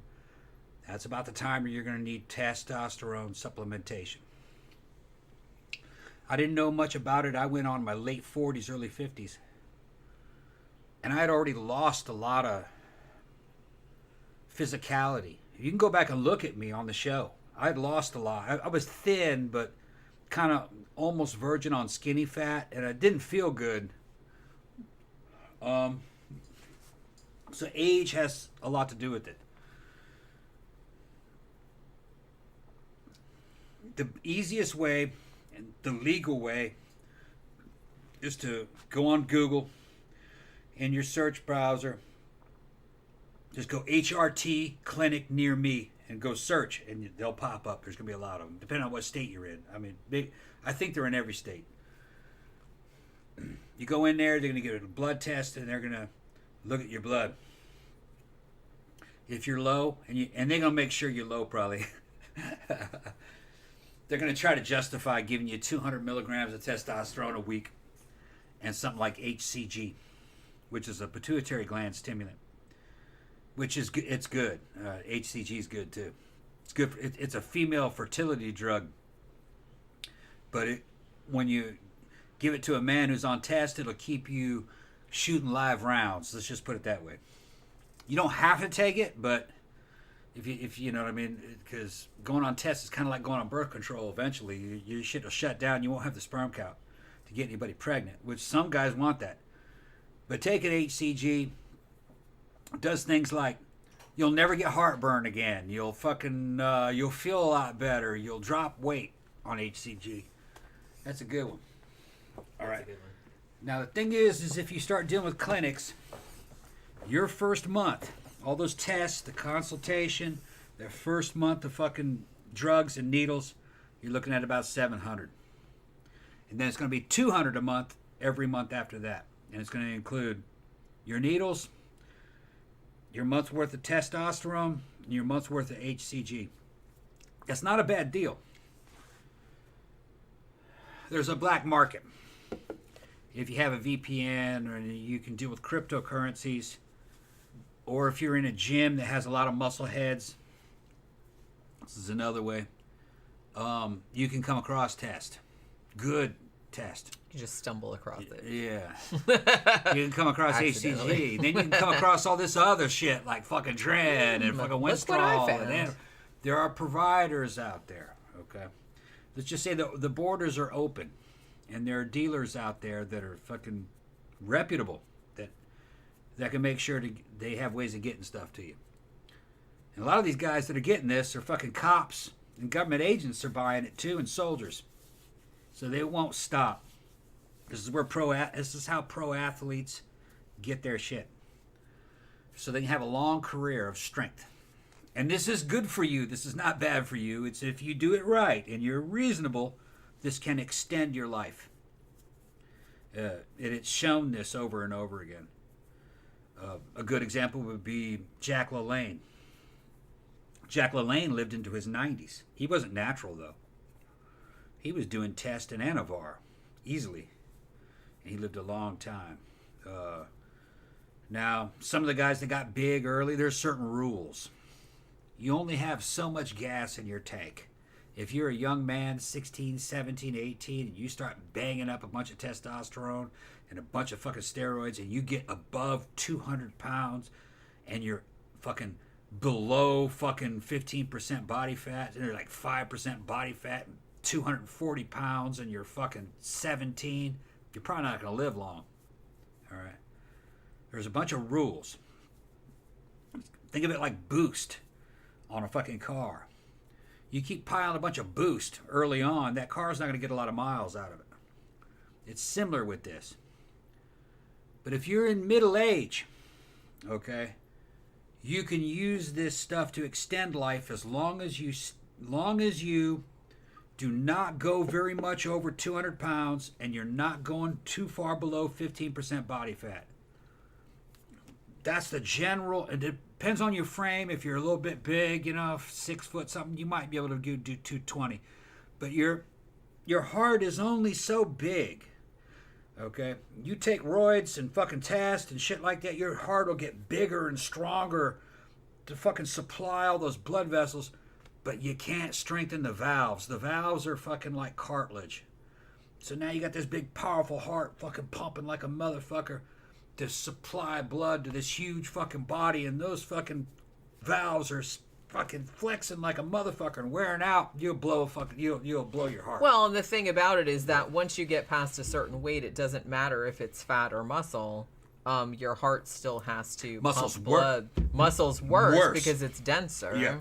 If you weigh 240 pounds of muscle and you're under 15% body fat, in other words, you're pretty fucking lean, that would be kind of like weighing 300 pounds of fat. All right? Yeah. And if you're in your 50s and 60s already, that's not that good. That's a lot of stress on you. Yeah, I mean, you want, as little stress on your heart as possible. You want to be lean, 15% or below, and you want to be kind of light, maybe 200 pounds. Now, if you're a bigger frame person, you might be able to get away with a little bit more. But the fatter you are, in other words, like 20% body, 20% fat, and maybe 220 pounds, you're probably not that much stress. You just you cannot become too fucking jacked and exotic looking. You get real freaky. If you're a freaky looking motherfucker, you're pushing boundaries. You probably won't live long. Well, you see how a lot of those bodybuilders that looked real freakish, like a lot of them tend to die younger of like heart issues. You're right, and that's why, because your heart is only really designed to. It's only designed for a certain a certain amount of work that it has to do. And the more stress you put on it over the longer period of time, then it's going to give out. And the freakier your proportions, the more anabolic or steroid assistance it's going to take to hold you into that shape, because the human body cannot produce enough testosterone naturally, especially in your 50s, to maintain that shape. So the more shit you're on, the freakier you are, and the older you are, the more you're kind of burning the candle at both ends. It's a lot better if you want to go, you look great, you're lean, you're not too much over fucking 200 pounds, you're not taking a whole lot of stuff. Well, shit, you can live into your 90s. That's what I'm doing. As with everything, it's moderation. Moderation. You can't just like overdo it. Like a little bit of shit is good, but it's like, I'm kind of genetically blessed. I'm a borderline hyper responder. I get a lot of bang for my buck. All right. I can take a small amount of stuff and get a lot done with it. Other guys don't respond real well. They gotta take more. Everybody's different. Right. So, I kind of have a genetic propensity to look the way I look right now. As long as I have the assistance I need, that's how I'm going to look. I'm not going to push it much more than this. I'm probably only going to gain another 10 to 15 pounds, and that's it. I'm done. I don't have to gain anymore. My proportions are right. After then, I will just do maintenance and do things like perfect shape, work in small muscle groups and get things a little bit more round. But I don't need to gain mass. Once I got another 15 pounds on me, I'll be at about 200 pounds, 205 pounds around. I don't need any more mass. That's all I need. I'm 5'6", 14% body fat. Okay, fucking 187 pounds. I don't want to go much more over 200. 200 really. That'd be good right there. That's all I need. I don't need any more mass than that. Zach says, my mom didn't have menopause till 50, and given she's emotionally up and down, even on a good day, well, you can imagine. Like I said, I didn't have anything too bad happen, but I know that some people have had really, really bad experiences. Like I said, for a while, like mine took a while, I kind of feel like they do, because there's that thing called perimenopause, too, where you kind of like started, it's kind of like off and on. But I kind of feel like it really kind of went into it like when I was 48 or 49, which is about the same. That's about the same time as my mom. But I didn't really see any big, I don't know, there wasn't like any big kind of like moment, it was just kind of like, oh, okay. And then every now and then I felt kind of crappy, and then I don't know, it wasn't anything. I don't know if it's just me, it's just like stuff like that. I just didn't notice it all that much. And then I was just like, oh yeah, I guess that's what's happening. You know what I mean? It was like, it wasn't really that big a deal. But like I said, I'm not trying to minimize other people's. That was just me. I'm just like, I'm weird like that. And I've had that like with pretty much everything my whole entire life. I don't know why. I guess, like I said, it's pretty lucky. But in some ways it's not, because if I don't usually have to take medication for things, because I don't usually get sick, which is very, very lucky. But on the off chance when I do get sick or have to take medication for something, it doesn't work as well as it would maybe work on somebody else. So we'll say that to you. But the thing about it too is that the one time that I had, like, for example, surgery, and they gave me painkillers afterwards, I took the painkillers and they worked, but I didn't need to take them more than a day. On what? When I had the surgery, I What only surgery? took the boobs. Oh yeah, so man, she sailed through it. My first wife was fucking in agony. I only took the I took the painkillers like the next day. A couple days. That was it. 2 days. And then after that, I was just like, nah, I don't really need them anymore. I was all right. She already had big boobs. That's true. So she had room for them. My first wife was like olive oil. She didn't weigh anything. And they put these big 650cc implants in her, 700cc implants. There wasn't any room there. She said it felt like somebody was just stepping on her fucking chest. She couldn't. Now it felt like that when I first woke up from the surgery. Like, remember we were talking about that the other day because we were talking about the anesthesia and everything. When I first woke up from the surgery, I was like, "Oh man, it feels like somebody, like some big fat person, is like sitting on my chest." Yeah. But then, like, after I went home, I ate a sandwich. I took a painkiller, I fell asleep, and then I woke up and I was like, it hurts a little bit, but it wasn't that bad. And then like a day or two later, actually, I think I went to work the next day. Yeah, you did. And I drove a car. Yeah. 50 miles. Yeah. It was like my arms were a little bit sore, but I was like, whatever. Yeah. Okay, so E4 Mafia, he just says he's looking to lose weight and get feeling good again with HRT. Okay. If you're not confident that you can shoot yourself up and that you can get your own shit online, go to a clinic. That's what I did.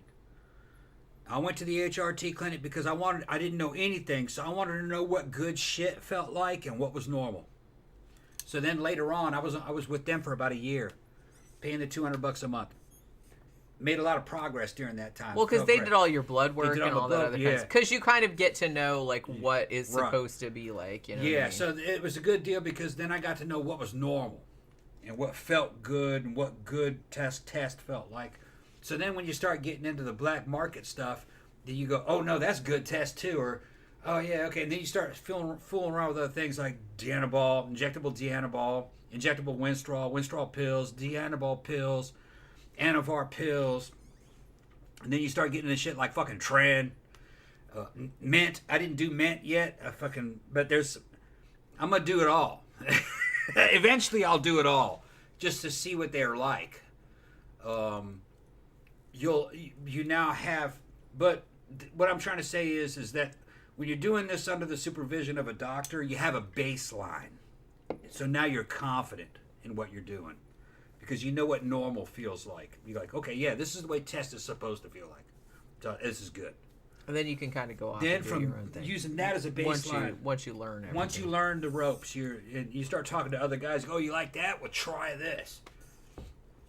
And if you're middle age, you don't have any.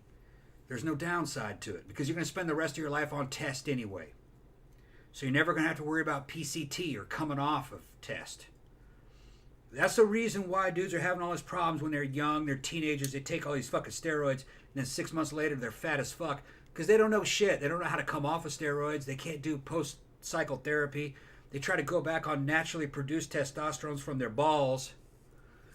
And you're never going to match what you were injecting if you're trying to live off your balls. It's like a girl putting huge fucking implants in and go, God, look at how big my titties are. Now I'll take the titties out. Why did my fucking titties get small? Because you took the implants out. Test is the same way. As long as you have a lot of test in you, you can take a bunch of steroids. And it's like, also, why do I have back problems? Yeah,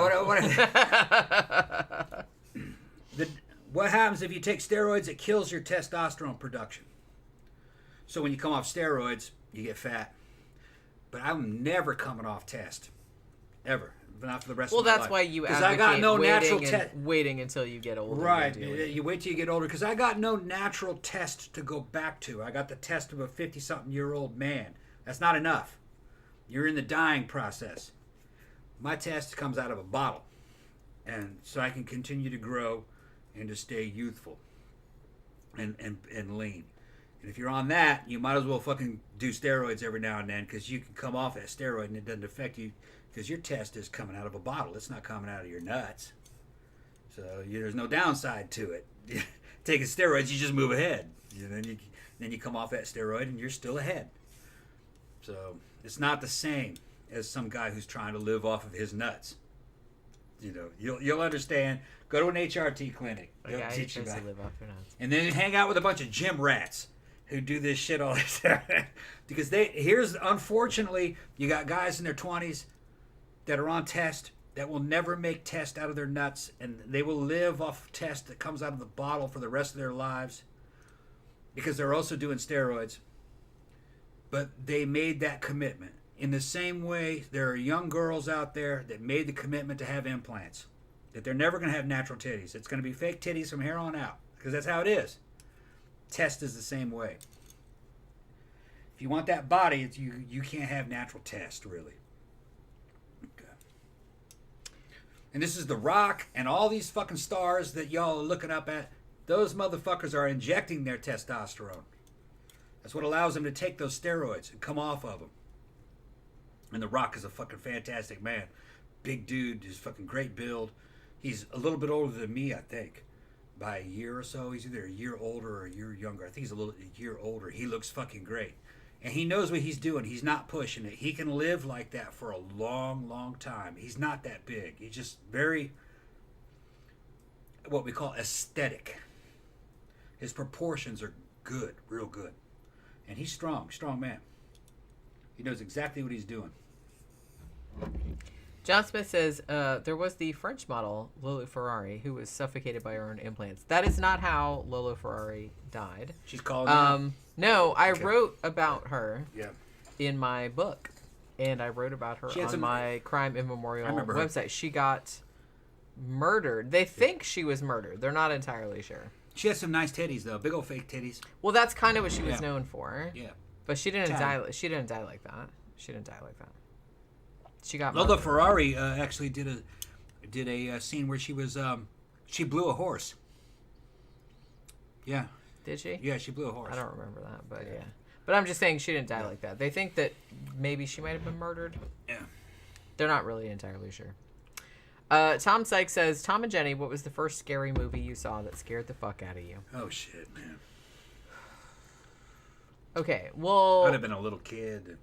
Yeah, when I was really little. You know what? Okay, you guys are gonna laugh. The first three that come to mind are The Shining, which came out when I was 8.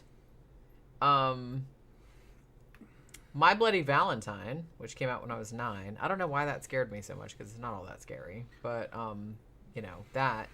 Oh, and Children Shouldn't Play with Dead Things, which I just watched recently, and it's good, but it's kind of like, I don't know why it scared me so much, but it scared the shit out of me when I was a kid. The only thing that scared me when I was a kid that I remember wasn't a movie. It was a night gallery episode called Cool Air. And when that man... It's based on a Lovecraft story. Yeah, when that man came out and he looked all burned up underneath that fucking bed, that's how I remembered it.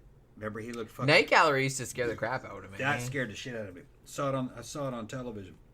The pilot episode of Night Gallery, the one with Roddy McDowell, that one always creeped. You know the one about the there was like a painting where like the guy was like had crawled out of the grave and was coming, and he kept looking at the painting, and like the guy that was in the grave was like coming closer, like in the painting every time, like it kept changing.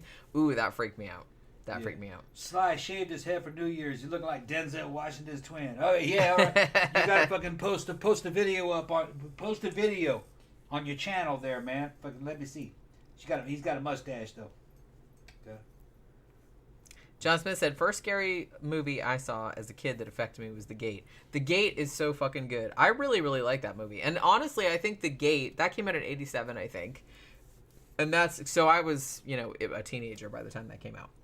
But I kind of feel like that's a good movie, and that would have been a good movie back in the 80s, like if you had kids that you wanted to get your kids into horror, because I know some people do. That's a good movie to start with, because it's like scary, but it's not like traumatic scary. You know what I mean? It's just scary enough like for a kid to watch. Okay, about the HRT clinics. Once you're rolling an HRT clinic, it's kind of like being a membership at a damn video rental place. It's kind of like being a member at fucking Blockbuster. You got to keep going down there and getting your shit, or they can send it to your house. Every now and then you got to do blood tests. I think it was every 4 or 5 months. But then you got to pay for that. That's like another extra $100. So you get sick of that. Eventually you start getting into the fucking black market, where you can get actually better test, twice as much of it for half. So it goes from $200 a month down to about $50 a month if you know what you're doing. Well, because it's legal to buy over the counter in some countries. In some countries, and there are other countries that have no problems sending it here under another name. If you know what we're saying. But you got to know what you're doing. Okay. And a lot of times you find these companies, and some of them are Chinese, and some of them are Mexican. You find these companies through friends that are gym rats or people that are in gyms. They know who the suppliers are. And they're not being hunted down by drug enforcement because it's not really considered drugs in the way these are hormones. And law enforcement is buying these. Okay? So they don't want to stop it. Okay? I mean, they're not drugs. They're not drugs. They're not getting people high. They're making people strong, making them feel better. Which, I mean, you could argue that some drugs, but but we've talked about that before. I'm a big advocate of just like legalizing shit. It's all a scam. In most countries, that shit's sold over the counter. In Mexico, you can go. That's what I'm saying. That's what's right bullshit. to a pharmacy and buy all that shit. Yeah. It's just that people want their cuts. Doctors say, "Hey, I paid money for this degree. You're going to pay me for this shit." An HRT clinic will give you all those steroids. They're just going to charge you more for them. They're like, "You want Winstrol? Okay." So you can do all that shit legally. They'll still sell it to you. They'll sell you all of that. Yeah, it's not illegal. It's just going to cost you a lot more money. It's going to cost you a lot more than if you lived somewhere else. Yep. Where you can just go buy it over the counter like you could like some fucking Bayer aspirin or something. Trenbolone was never intended for human beings. It was intended for cattle. In some states, an HRT clinic will actually give you Tren, which I don't understand that. Yeah, I'm not sure what states that's legal in. I think Florida. Florida, pretty much you can get. It everything. Might be, yeah. You can get a lot. But I would. The thing is that Tren is cheap and easy to make because it's used in the cattle industry. So you can get 10 milliliters of it for $60, that's more than you want. And it'll turn Tom into a turn you bitch. Into a fucking bitch. No, don't say that because it's like. You'll be watching the fucking movies. It made you emotionally volatile, but it's like, that's not bad. You'll be watching the chick flicks and the fucking dog dies on the movie, and then you want to start crying. Okay? But there's nothing wrong with that. It's sad. No. It's You're sad. Be jacked as shit. I cry when dog. the dog dies. It's sad. Why is that something to be ashamed of? Because you get emotional. You're like, I can't take this shit. But no, see, that is so this sweet. Okay. Now this is what we're discussing. I kind of feel like, why is it bad that you cry when the dog dies? Because that's sad. Well, what it is, I'm not on anything other than whatever you're making you inject moral me with. judgments under normal. You're not under normal, dude. Under normal hormonal circumstances, you just go, yeah, that dog died. That's it, and then that's it. You're like, yeah, but see, but then I could argue involved in it. You're like, oh. I could argue, in my experience, you just like not caring that the dog died or not reacting to it is aberrant behavior. Because from my point of view, it is sad that the dog died. So you reacting to the dog dying is not unusual for me. Okay. You not reacting to it and being like, yeah, the dog died. That's really sad. That's more aberrant to me than like actually. I wish I had a little cam I could take off and look. You guys need to see Jenny's legs. Jenny's legs are looking. Why are you like just stop? I'm just trying to fucking zoom in on what I was gonna tell you. Do you remember? I'm trying to get that. Do you remember back in the old days? Yeah. When we were doing the matinee show, and we would go to like 3 movies a week. Yeah. Which I canceled the AMC because I couldn't afford to pay for it because we were never going. I'm gonna cancel like it made me sad because I still want to go. We never go though. But we never go because it's cheaper far just away. to pay to see a movie now. So I just canceled it because I'm like, look, it's like $25 a month. I can't afford that shit anymore. Yeah, we'll get rid of it. So anyway, I canceled it the other day. But anyway, remember we were going 3 times a week, and sometimes we would see the trailer for the sad dog movie. Yeah. You know what I mean? Like No Way Home or whatever the fuck it was called. That trailer made me tear up every single time. I didn't tell you because I thought you would make fun of me, which you would have. I don't remember it. And I think actually, I think that we would have gone and seen it. I think we went and saw one of those, didn't we? What was it? It was some dog movie. The dog movie. I cried at that dog movie. You cried. I cried at the dog movie. And the shitty thing. This is the shitty thing about being a girl. You know that movie is emotionally manipulating you. Yeah, doing it on purpose. And that they're doing it on purpose. On purpose. But it still works, and it makes me mad. And then like the fact that it makes me mad like makes me want to cry even more, but also kind of like, you know what I mean? It's like it's a really complicated emotion. So it's like, but you know what? At this point in my life, look, I'm 50 years old. I see a movie where the dog or the cat dies. If I'm gonna cry, I'm not gonna be ashamed about it because that's fucking sad. Yeah. And honestly, I think that if you don't get sad about it, then maybe you might be a sociopath. Yeah. Just gonna say. And I think it's like really shitty that crying at a movie is kind of seen as like something weird or aberrant when really it shouldn't be, because you're just like reacting to a normal human emotion, and I don't think that we should like make that seem like it's weird or weak or something. You know what I mean? Okay, they're all thanking me for the information and checking out the fucking local things and local test clinics, HRT clinics, and Sly's gonna post a video of his new bald head. And if he posts it in time, maybe I'll go over there and fucking see it, and I'll play it on the show. His bald ass head. Bald ass. Bald head. Go, Esther. Jeffy Art said, like I said, deep down, Tom's has a sensitive side. Way deep down. But there are others. Yes, it's very, very deep down. Very deep down. E4 Mafia said, dogs and horses that die or get hurt in movies make me sad. Yeah, me too. And it's like, honestly, the trend lately, it's like every time I see a horror movie now, and I kind of feel like this has gotten worse since I've gotten older and since we got Pookie, like a few years ago. Every time I see a horror movie now and like a cat or a dog or something like that like shows up in the horror movie, the first thing I say is, nothing bad better happen to that fucking cat or dog. Actually, I thought it the other day. Remember that on Monday when we did that haunting episode, and I said that the girl had like a parakeet or like a bird or something. The second I saw that bird come up, I was like, nothing bad better happen to that bird, because I'm going to be really, really upset. Nothing did. The bird was fine. But I'm just saying that it's like... And it's weird because I still love horror movies, and it's like you can kill all the people in horror movies you want. Seriously. You just cut them up, fucking do... I don't care. Like, do it. The second you fuck with a cat or a dog, I'm checking out. I don't like it. I don't know why that is. It's dumb. But you can even... Like, seriously, I've watched movies where they kill, like, babies and, like, little kids and stuff, and I'm just like, eh. But... cat or dog? No thanks. Nope. Don't want to see it. Okay, guys. That right there is Mexican testosterone. You can buy that's 400 milligram stuff. That's the good stuff, and you can buy this over the counter. Yeah, you just walk in a pharmacy. Just walk in and buy it. Mexico and buy it. Right, and that's what you'd use for HRT. Just for HRT you inject 200 milligrams, which is half a milliliter. And there's 10 milliliters in here. And this is about right around $100. So there's 2 months supply for 100. That's $50 for a 2 month supply versus $200 a month for 200 milligrams instead of 400.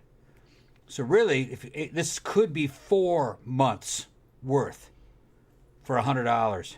So $25 a month.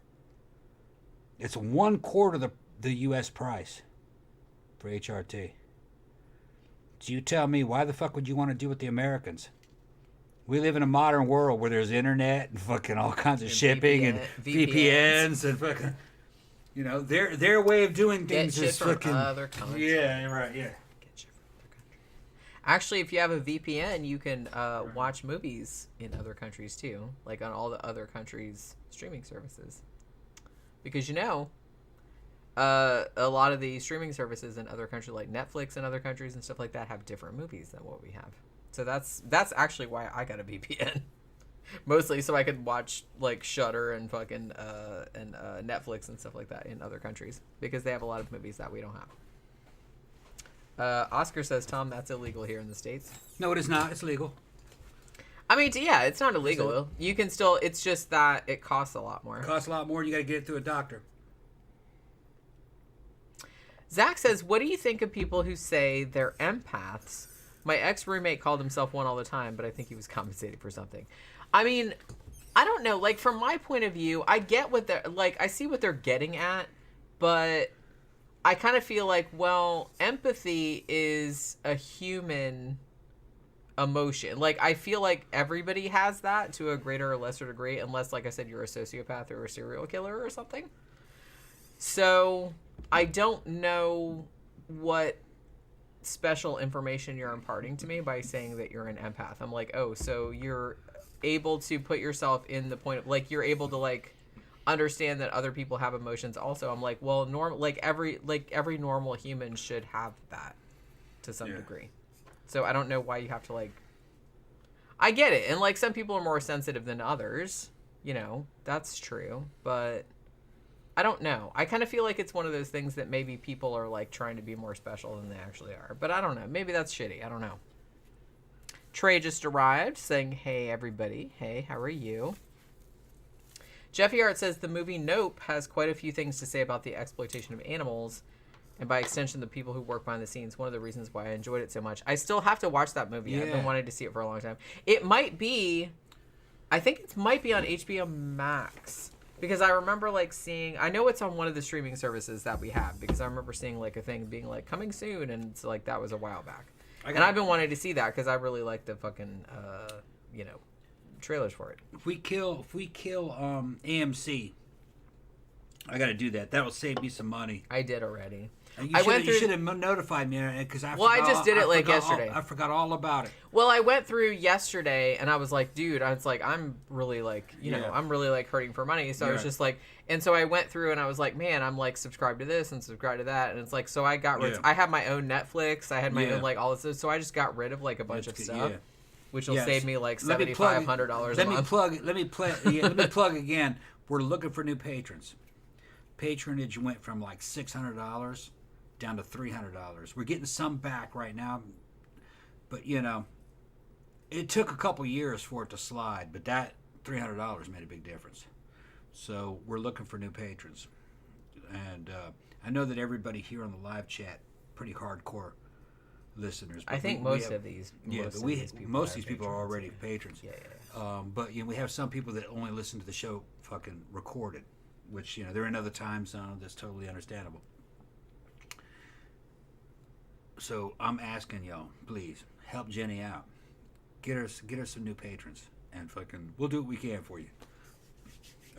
We just want to try to keep the show going and keep bills paid. And like I said, the thing about it is that even if it's only $5 a month, it'll make a big difference. I said that I might do fewer videos, but I want the videos that I do to be more like, I want to be able to spend more time on them. Yeah. You know what I mean? Like the one that I put up yesterday, the Highway of Tears murders that I put up on my Crime and Memorial one.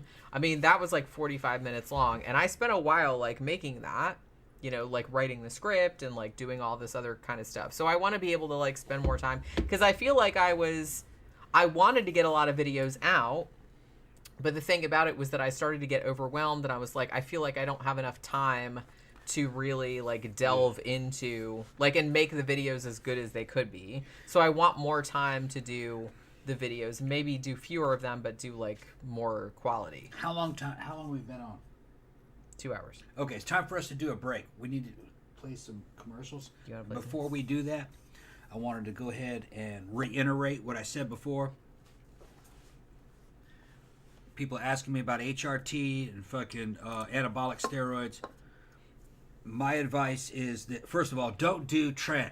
Don't start with tren. Any motherfucker you can go all through YouTube and talk to bodybuilders about tren. Tren is not for beginners. You do not want to fuck with that. All right.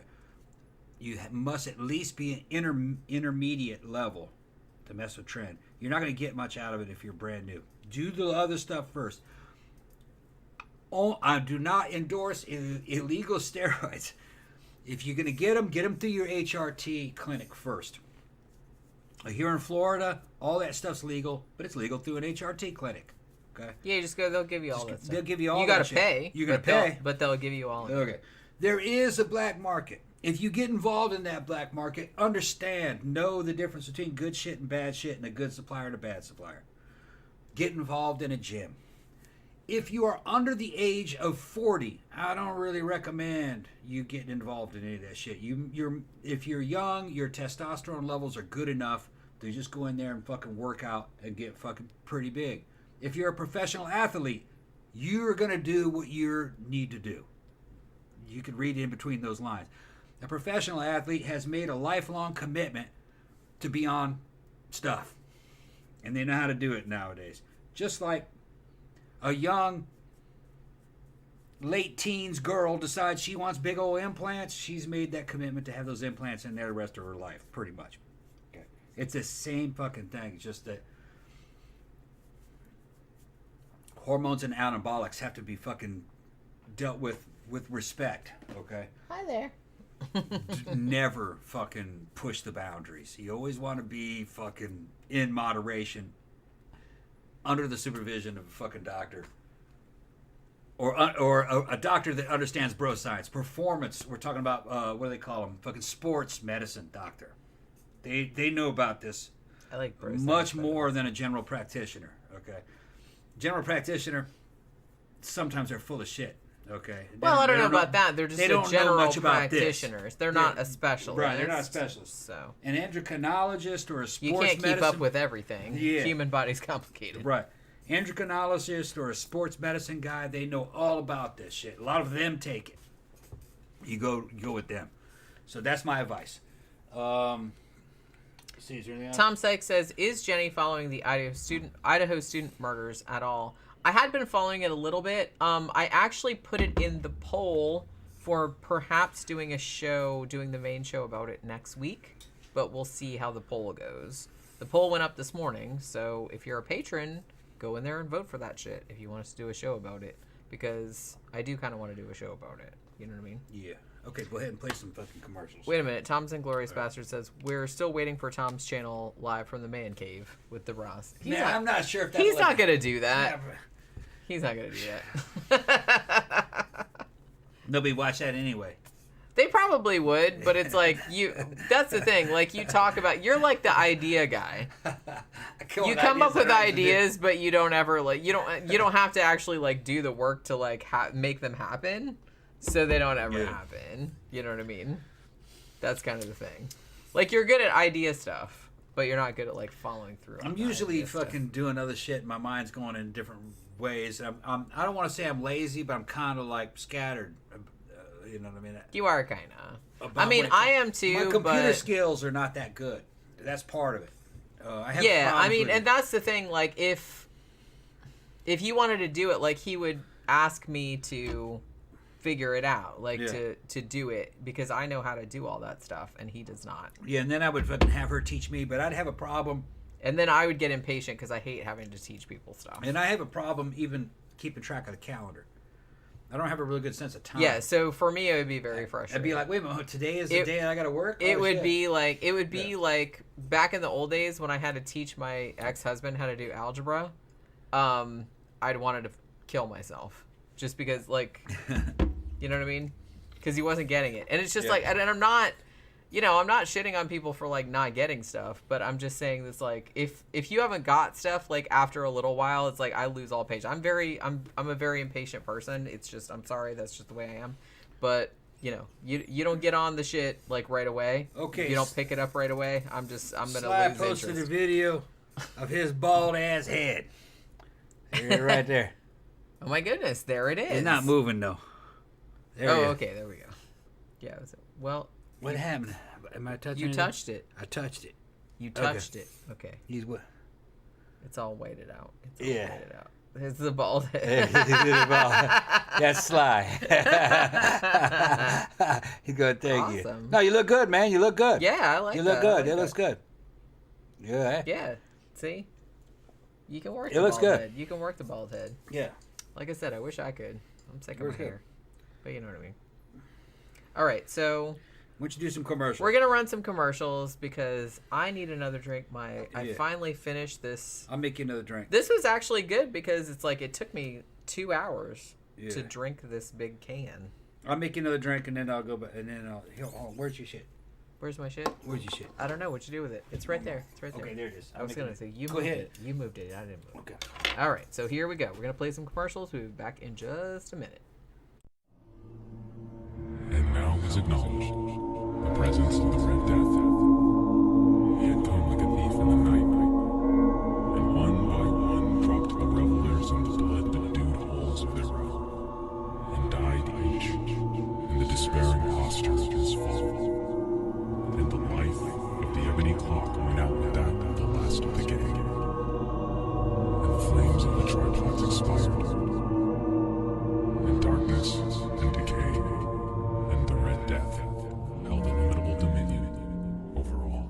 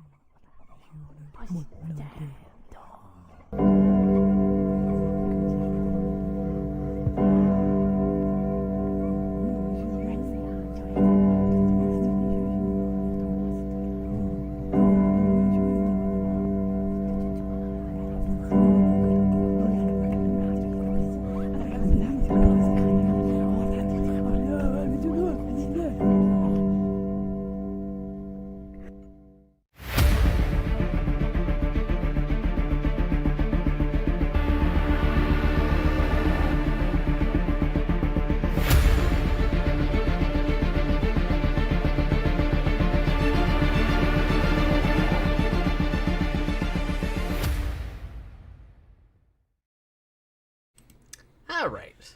We're Back back already. once again. Well, yeah, I just had kind of the thing. But yeah.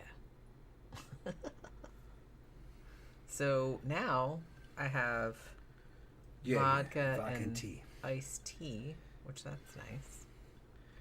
All right, let me try to get back to the channel.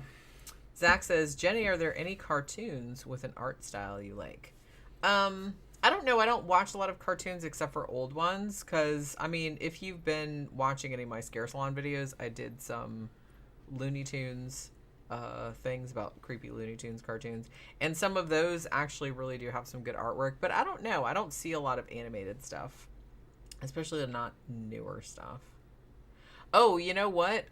If you saw the review that I did for Rock and Roll from 1983, I want to say that was, I actually quite liked the look of that. It was a little Blade Runner-y, but animated. Did I show you that?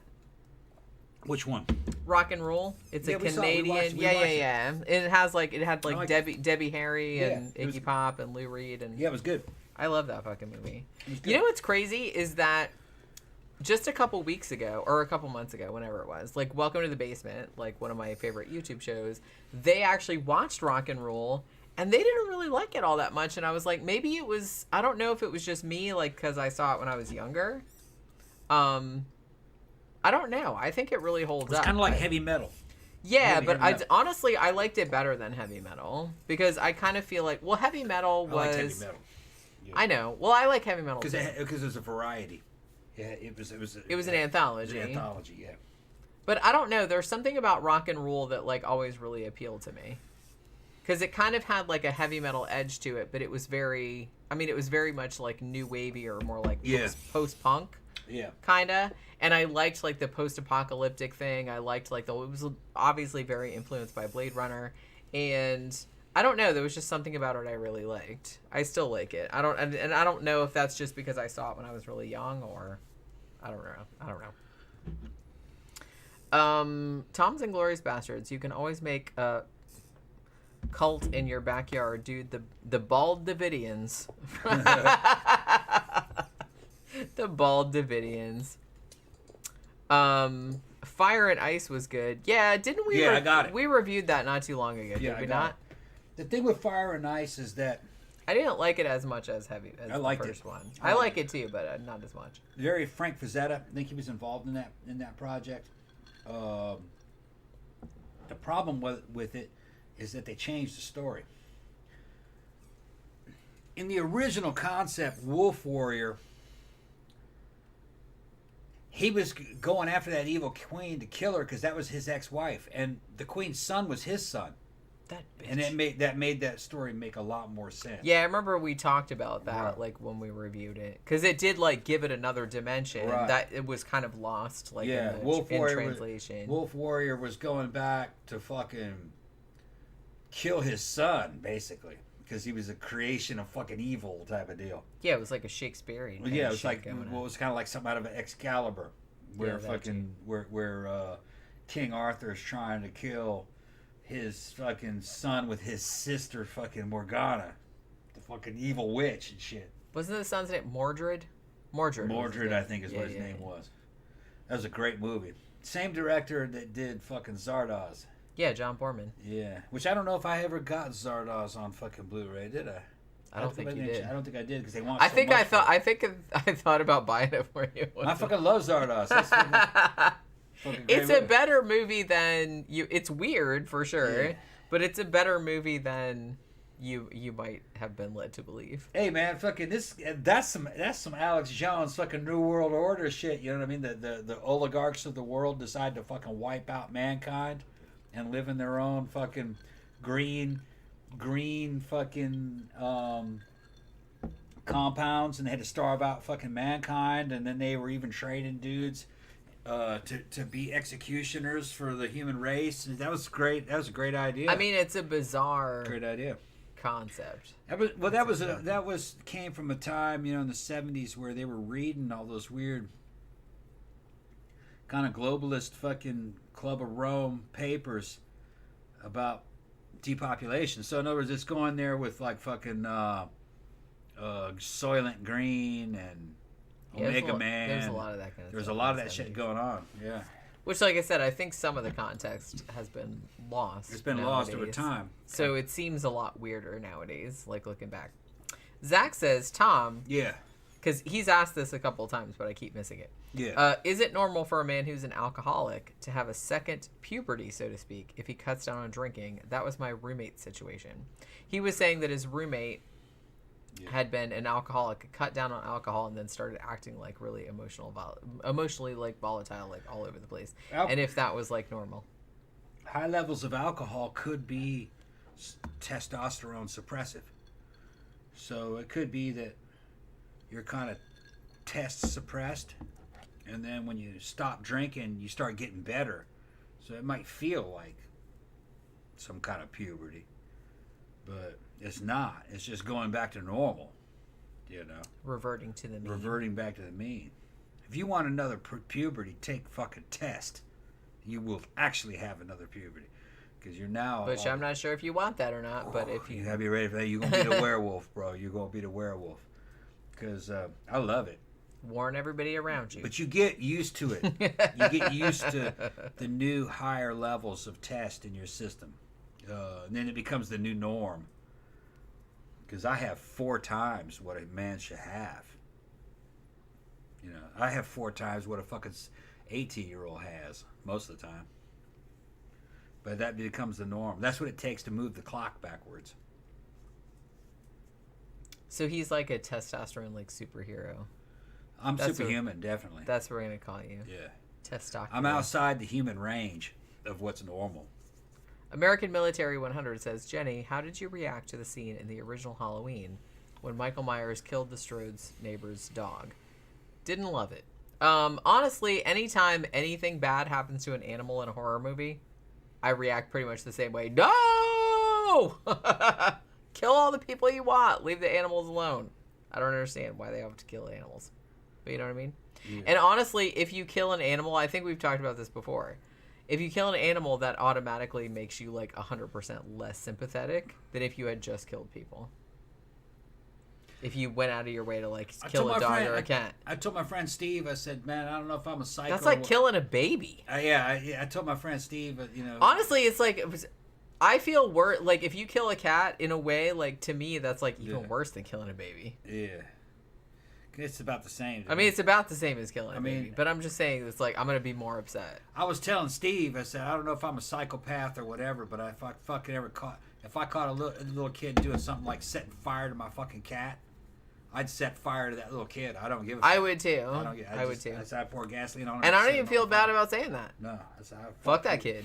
Because I don't really that kid's going to be a serial killer. Yeah. We're saving the world of a problem. I was thinking, like, you're too dangerous to let survive. Yeah, you should not. I'm protecting other people now. I'm throwing gasoline on that kid. Well, I think the thing about it is that... Him running away on fire. I'm like, well, that's right, bitch. Fucking run off. You're dropping fire, man. No, I feel you. You're dropping fire. Fucking stop. I feel you. Stop, drop, and roll, bitch. Like, I know to a certain extent, like, kids are dumb and they don't understand what they're doing. But I'm going to say, I think that the problem arises because humans, to an extent, have, like, a little bit higher realization of, like, what they're doing. And I kind of feel like animals don't have quite that much. Yeah. So I kind of feel like anybody that's doing stuff to an animal, like, the animal doesn't understand. Right. Yeah, and it's like, to me... Look at Oscar. Oscar told me to shut it down. Hey, man, a human death and a cat death. No. Because you're a human, you're worse than an animal to me. Worse.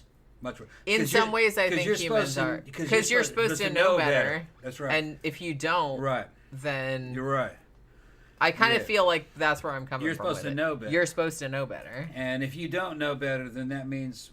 Then there's something the matter with you. I don't give a fuck. There's something the matter with you. And here's something else, man. Fucking, I'm not one of these fucking friendly Bob motherfuckers. You know what I mean? I came from an infantry background as a young guy.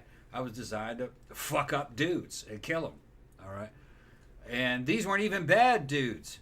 They were just guys like me on the other team. If you're bad, I'm gonna fuck you up. I'm gonna enjoy it too. Does that make me a psycho? It might. I don't care. I don't care what it makes me. I just don't. And if you set my cat on fire, I'm gonna set you on fire. Well, like now, Oscar says, so a baby is supposed to know better. No, a baby's not supposed to know better.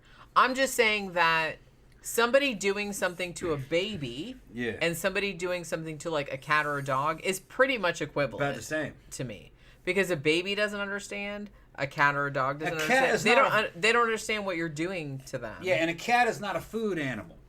And there's a big difference. And the thing about it is that if you're a kid, like if you are 8, 9, 10 years old, you like can fucking old talk. Enough, you're old you enough can to talk. Which means that you have some awareness of yourself. That puts you on the fucking menu. All right? I'll punish you. I mean, you have to do some really fucked up shit for me. Because normally, if you're a kid... under, puberty age. Yeah, if I was real If you do some fucked up shit, it depends on what the fucked up shit is. Yeah. I mean, it's a case-by-case basis. Fucked up, I might have to go after your mama, because she raised you. No, don't do that. Might be group punishment. I'm not going. No, I'm not going there. How did you create this? I'm not going there because I'm not going there. Because I believe in mass punishment, though. No. It works. No. I'm not going there. Yeah. Because the thing about it is that, look, I could have just, I never had children, thankfully. Nobody wants to have... What's this here?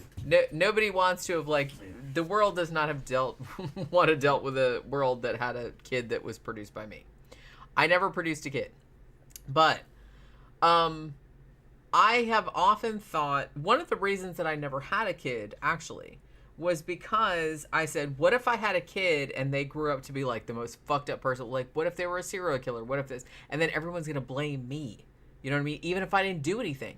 Because the thing about it is that, look, I've written and read enough about serial killers to know every now and then, yeah, a lot of them had fucked up childhoods, but some of them didn't.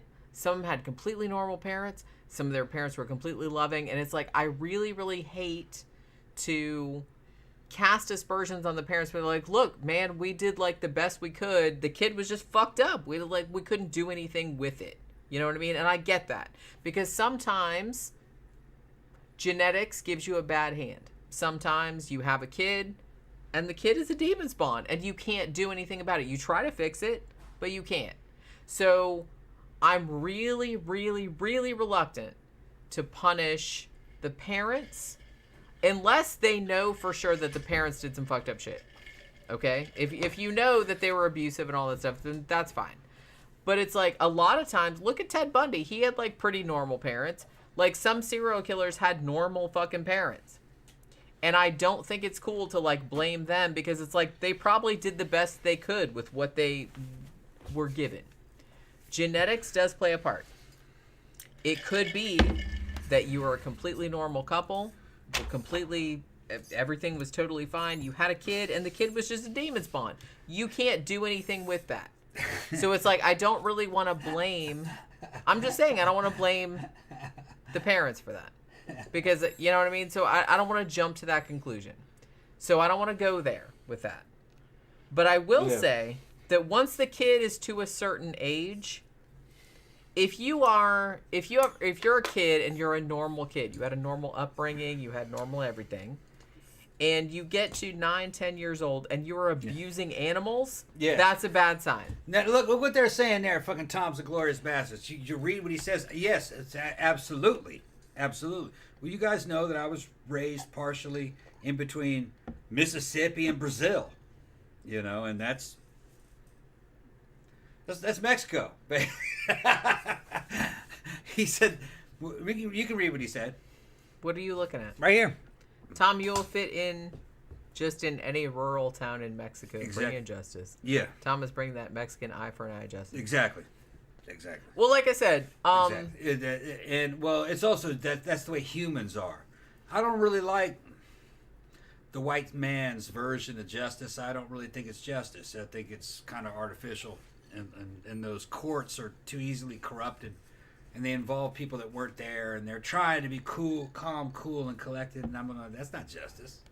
You know, not my version of justice. Well, that's not third world justice. The thing about it is that that's not tribal justice.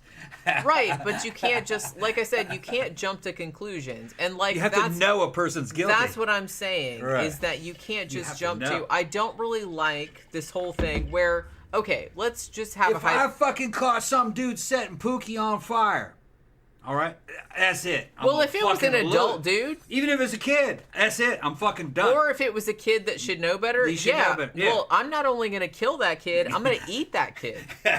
See, Jenny and shit that kid out, and then flush it down the toilet with the rest of the shit. And then flush it down the toilet.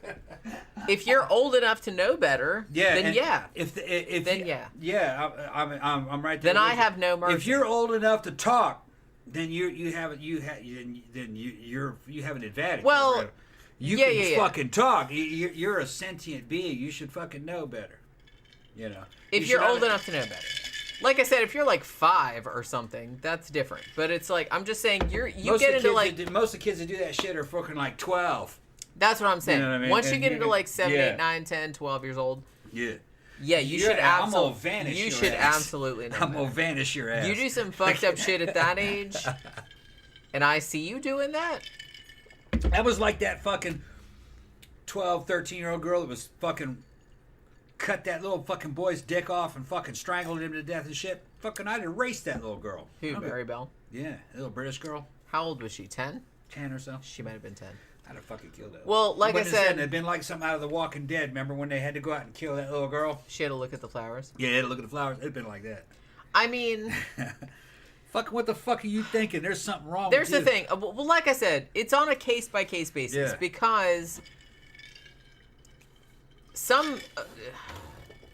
And like I said, there's a lot of thing about like nature versus nurture. If you grew up in like a super abusive household or something like that, like I get that. But there is a genetic component to that shit too. We've talked about this on our serial killer shows. Usually if you get a serial killer, not always, but a lot of times, to get a serial killer or somebody that's not fucked up, you have to have like a perfect storm of somebody that has like genetic proclivities toward that kind of behavior, and then they're raised in a really fucked up environment. And then like it's a perfect storm of like terrible aspects that like come to fruition. But not always, because sometimes you get somebody that's born into like a perfectly loving, normal family and they still turn up fucked up anyway. And I don't know. It's like, it's a really, really hard thing to like, because you don't know. You don't know, like that person might grow out of that shit later. Allison's going, this is sick. Of course it's sick. Well, we're talking about, this is an interesting, like. Of course it's sick. What are you thinking? This is an interesting. What are you thinking? Human beings are killer apes. That's what they are. You're an animal. You're not special. God didn't make you. You're part of the animal kingdom. You only exist because people were fucking. That's all it is. There's nothing special about you. Your parents fucked. Probably in the back of some fucking car. And then your mom squeezed you out. You're not fucking special. You said, well, these are human beings. I'm a human being too. And I'll fuck you up. It doesn't mean anything. Okay? You got to stop these childish notions. All right? We're in the animal kingdom. There isn't any really right or wrong. Well, there is. But it's not. There is, but though. It's not the right and wrong we're told. But what I'm saying is that we as a species, we have evolved to. I mean, we have empathy. We have other animals have that too. Apes have that as well. So it's just kind of like when you encounter a member of your species that is not with the program, like that doesn't have empathy for others, like clearly, then that has to be dealt with, in some way. Yeah. Thank you, Sly. Thank you, Sly. Yeah, Sly knows that has to be dealt with in some way. I'm not necessarily saying that I don't advocate like, oh, let's just like look at the flowers to the person, but it's like, because everything is on a case by case basis. But I am saying that a lot of times, if you have a kid who's, and I'm not talking about a kid, I'm not talking about a toddler. I'm talking about like a fucking 9, 10, 11-year-old that would go and like hurt an animal deliberately. Like, I'm going to go tie fireworks to a cat's tail, or I'm going to go like, smother a dog or something like that. That's a problem. That needs to be looked into. And it's like, if the parents are like, yeah, we're going to take that kid to counseling, it's like, if they can sort that shit out, awesome. But it's like, if they can't, something needs to be done about that person, because that's going to get worse like later on. They had that dude that was putting those kittens inside of Ziploc bags and watching them. Yeah, we did a show about that. Watching them suffocate, and then he ended up fucking no thank you, killing his Chinese boyfriend and eating his dick. Okay, when you have a dude that's it's never good. Yeah. Never good. Yeah. And cruelty to animals is always like the first sign. That's a bad sign. And I'm somebody who hunts, but I was never cruel to any of those animals. I just culled them the way a fucking predator would with a rifle shot, and then they were eaten. There was nothing about torturing those animals, And they had poachers that were doing things like taking big treble hooks and putting them inside of apples and hanging them from trees. That way that fucking See, no. Yeah. That way that fucking deer would be hung up on that hook from a tree, and they'd come and kill that animal. That shit was not fucking cool. And what you did was, well, I ain't gonna fucking... You waited around to see who collected that animal, and you... Because, like I said, anybody that would do that to an animal would probably do poachers, that to a person. Right, and poachers are fucking scum, all right? That's not sporting, and that's not the way the hunt was supposed to be. And the hunt is about food. and about making as many animals as possible inside your paradise where you're planting ryegrass and fucking shooting paths, and you're only culling animals that have already reproduced, so there's been many children. You're trying to make animals. You're not trying to wipe animals out. And you're definitely not trying to increase the sufferings of these animals. That's why I don't even agree with traps. Like, they had people that were using fucking traps. I don't agree with traps. Snares and shit? No. Yeah, no, that's fucked up. It's unsporting and it's bad. All right, I don't believe in that. I saw that girl, like Hanna Barron, I like her shit. But she was trapping little raccoons. And then getting them and killing them to make a raccoon fucking bedspread and shit like that. And I'm like, man, raccoons are not really food animals. They're not prey animals. Let's not. Yeah, let those things. I kind of lost respect for her on that, you know. Fucking, I'm not into that. Deer are food animals. They reproduce fucking in But don't big make them suffer. No. Why would you? You want to give them a better death than that they would get in nature. In nature, they're basically eaten alive by wolves. That's usually what happens to them. So a rifle shot is fucking a lot better than what they kind of evolved for. And they have a fucking high breeding rate. You know, they make lots of children. And even in hunting circles, there's a certain hierarchy. There's deer that you shoot and deer that you don't shoot. Yes, they're too young. They're too, you know, they make distinctions. It's like, you know, that's one that's like, oh, that's a doe, and it's like they still have, so let's not shoot that one because she could still have. When I came up, I mean, it wasn't cool to shoot spikes. Those are fucking deer at 2 years old. I mean, they've reproduced. It's legal to do that. It does have horns on it.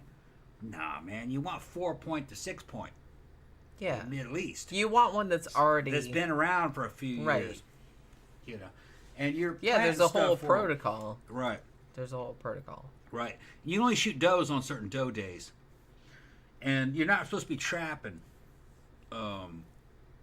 deer. You can trap varmint, but traps don't know what they catch.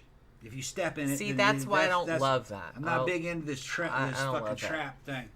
Like, I get it if you're starving and you're out in the woods and stuff like that, but I still don't. I don't like it. Snares and traps or fucking. You don't know what's gonna fall into that. And then you see fucking shit like fucking bear and fucking cougar getting caught in fucking traps, and they're fucking begging for release. Their hands hurting like crazy, and dudes do let them go. But I'm like, dude, why was that trap there in the first place? Yeah, let's not stop trapping animals.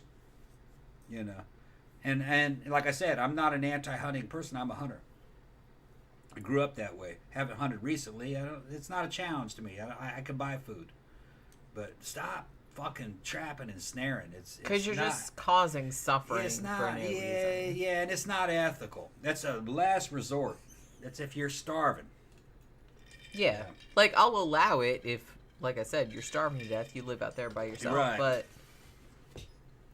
they come up and the fucking mountain lion's fucking in a trap. His paw. And you're like, man, that poor fucking animal. Yeah, that's fucked up. They can get so stressed out they'll try to chew their own arm off. Yeah, that's fucked up. And the thing is that they weren't targeting the fucking lion. They were targeting deer or some shit like that. You know what I mean? But anything can step in that. So it's just not cool. You know. Yeah, I don't like that. I don't like that. Too random. I don't like that. Put your time in. Go out there with a rifle and find what it is you're looking for. Yeah, because then at least that way you then know it's selective. that, like, fucking... Right. Yeah, you're not just, like... Right. Like, you're making random animals suffer. Yeah. For no reason. That's fucked up. You know? And like I said, it's not just that I like animals better than people, which, you know, maybe I do, maybe. But, you know what I mean? It's just that... I don't think that anything should suffer needlessly. You know what I mean? Whether it's a person or an animal. And I think that it's worse with animals and, you know, kids and babies and stuff like that because they don't understand. So anything done against them is, like, worse, in my opinion. Camp Guy says, I think you can kill 10 does and 2 bucks up here in northern Georgia we must be absolutely covered up in deer. I mean, Florida, where we are in Florida, like, I used to see deer all the time. All the time. Not so much here, but, like, where we used to live in Sanford, I used to see deer every second, third day, just running across the fucking walking path. You know what I mean? Running across the road, whatever. Deer all over the place. But we saw them in our backyard. American Military 100, he's in there saying that I'm advocating for fucking lynch mobs and shit. No. Well, the thing about it is that the lynch mobs went after people that mostly were already fucking convicted of some kind of crime. And then you have people that go down there and they just fucking pull them out of the damn jailhouse and fucking hang them. All right. When you looked at the big picture, it didn't really matter. All right. It wasn't that many people. It didn't make a big impact on nature. I don't know. I don't love that though, because I wrote about several cases in my book where you're still lynch mobs maybe went after some went after some innocent people. But a lot of times they were already convicted, and it just shows you that a court will convict an innocent person. So I'm not a big believer in it. Yeah, but the thing about it is that even though, and I concede that a lot of times courts will convict an innocent person, because that has happened multiple times. Yeah. But I'm not saying that it's any better for the public to be out there saying it's like, oh, we know this guy, because maybe that guy didn't do it either. You don't know. Yeah. That's what I'm saying. You don't know. The court doesn't know. The public doesn't know. So I don't think it's a great idea to kill people, which is, you can't go back on that. We have to fucking have a more nuanced... You can't go back on that. We have to have a more nuanced view of what you're calling the public. Well, no, we have to have more of a nuanced view of everything. I think that's kind of like the problem, is that people have too much of a black and white... Yeah, governments and courts and systems that you people rely on are really just mechanisms of control. That's all they are. But their purpose is to defend the oligarchs and the rich people from you. They're just trying to stop uprisings. That's really all they are. That's really all. That's what. That it's only about that. Those people that who are basically funding and supporting these systems that you call systems of justice, they will never face those courts. They'll never even be in there. Those things are only for you. All right. That's what they're for. So already they just target us. So I'm already skeptical. Okay. Super rich people commit all kinds of crimes and fucking they will never be in there. Well, if you have money, you can get away with pretty much anything. They make those courts, break those courts. They get all those. They control all that shit. All right, and it's just to keep you from rebelling. It has nothing to do with justice. Now it does sometimes bring justice. They'll catch a killer and fucking make sure he's locked up, but that's not really what the point of that system is. That point of that system is to put terror in you to keep you from rising up against people who own you. That's all it is. But, well, what I was going to say is that the thing that's complicated about all of this is that reality is complicated. Nothing is ever black and white. Mm-hmm. There's always mitigating circumstances. There's always this, that, and the other thing. And it's just kind of like, that's what's difficult about this kind of stuff, is that you never know entirely. Like, if you are entirely sure that this person did this, that, it was, for example, like a serial killer, they did this, that, and the other, you got DNA evidence, you got all of that, then fine. Like, fucking torture that person, kill that person, whatever. Like, nobody cares. You know what I mean? But everything else is on a spectrum, and it's always like eventually gets to a point where you realize that you don't really need right or wrong. I don't really care what's right or wrong. I only care about what's against me or for me. That's really all I care about. If something is good to me, then I like it, and if it's good to the people that are around me, I like it. If it's bad for us, then I don't like it. I can trust that. Everything else is always some kind of word play. Somebody spinning some kind of a narrative. It's not wordplay. It's just that, Well, I mean, if you got out of right. your head for a second and stopped being like with your solipsistic worldview. I don't care. Yeah, I know you don't. You said that on Wednesday. Yeah. He only cares about himself. Yeah, well, because that's easier. It's easier. Yeah. It's much more It's efficient. easier. Much more It's efficient. easier. It's easier to just care about yourself. Well, I know that they don't care about me. Well, Yeah, I know that the world at large doesn't if they care knew about me, they'd try to kill me probably. Or at least half of them would. No one's trying to kill you. No, they would go, oh, that no one's trying motherfucker, to that kill you, motherfucker's evil, so we're going to have to kill him. Half of them would do that. No one thinks you're evil. No one's trying to kill you. You're fine. But I'm just saying that it's easier to come at the world thinking like, well, because I've thought this too. It's like, it's easier to come at the world thinking, well, nobody cares about me, so I'm not going to care about it. And, and that's just like the end of it. So I'm not going to care about anybody, like the end. So I get it. It's easier. But I don't know. I get it. It's difficult. But every single situation, you have to come at it from like its own thing.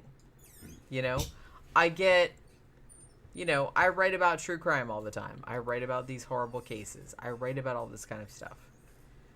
But still, I still come at everything. I try to come at everything like as objectively as possible.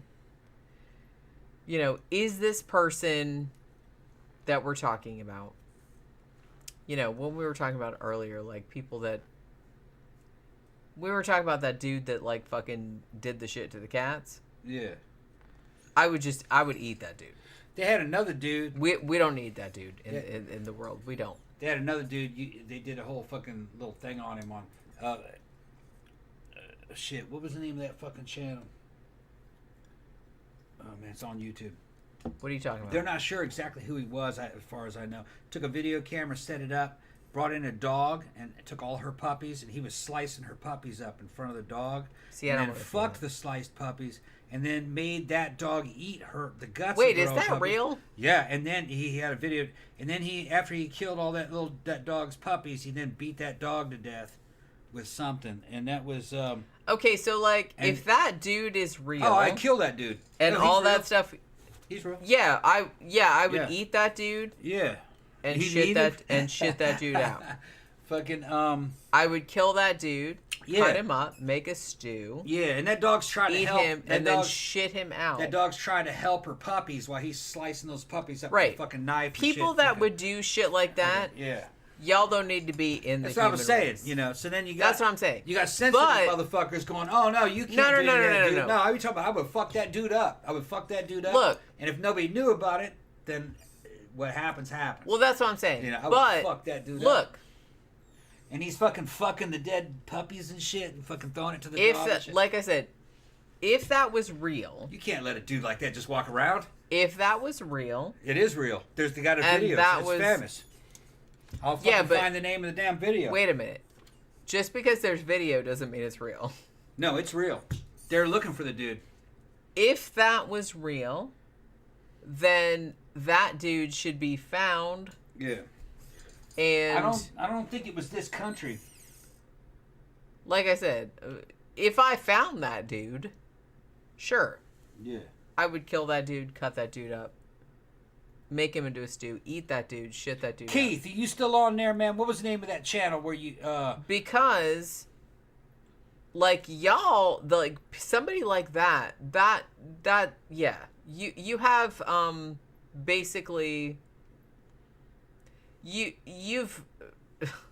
You don't have any right to involve yourself with the rest of us. All right. Yeah.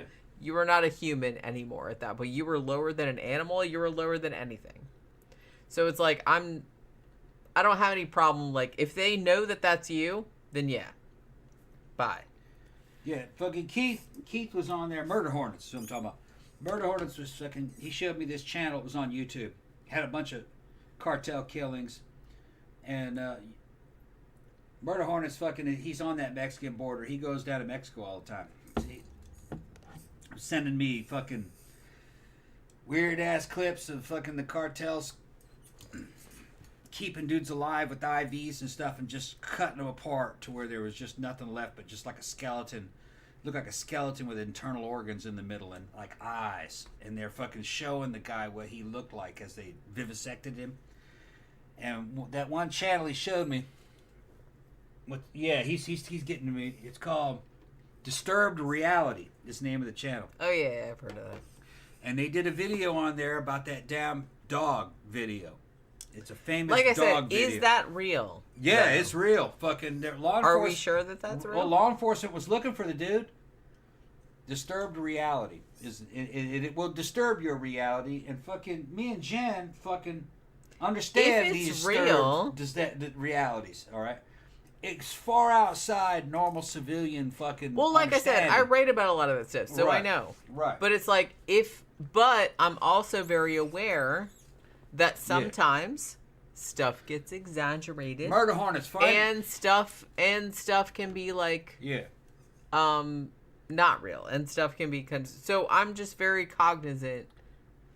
But I'm gonna ask if he's live. If some shit like that happened in real life, and I found the person that did that shit, and that shit really happened. Yeah. Oh no. I'm not letting you get out of here alive. No.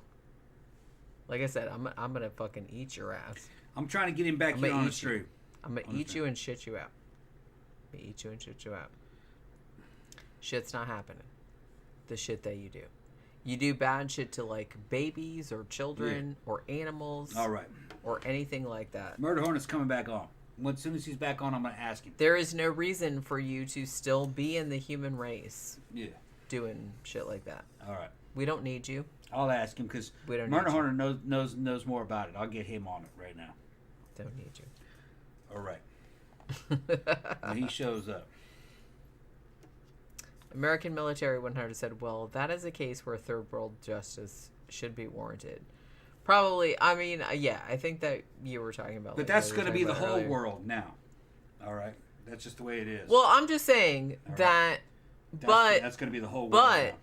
What I'm saying is that you can't be, unless you're entirely certain, because I'm very aware on the other side of things that humans, in general, really like black and white solutions.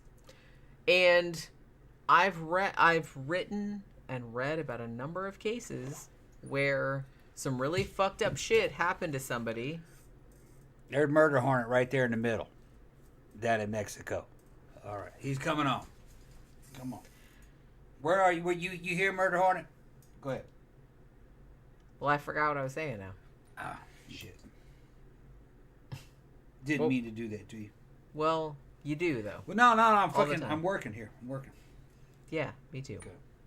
But what I was saying was that I've written about a number of cases where everybody was very certain that a certain person had done things, and then it turned out much later that that person had not done that.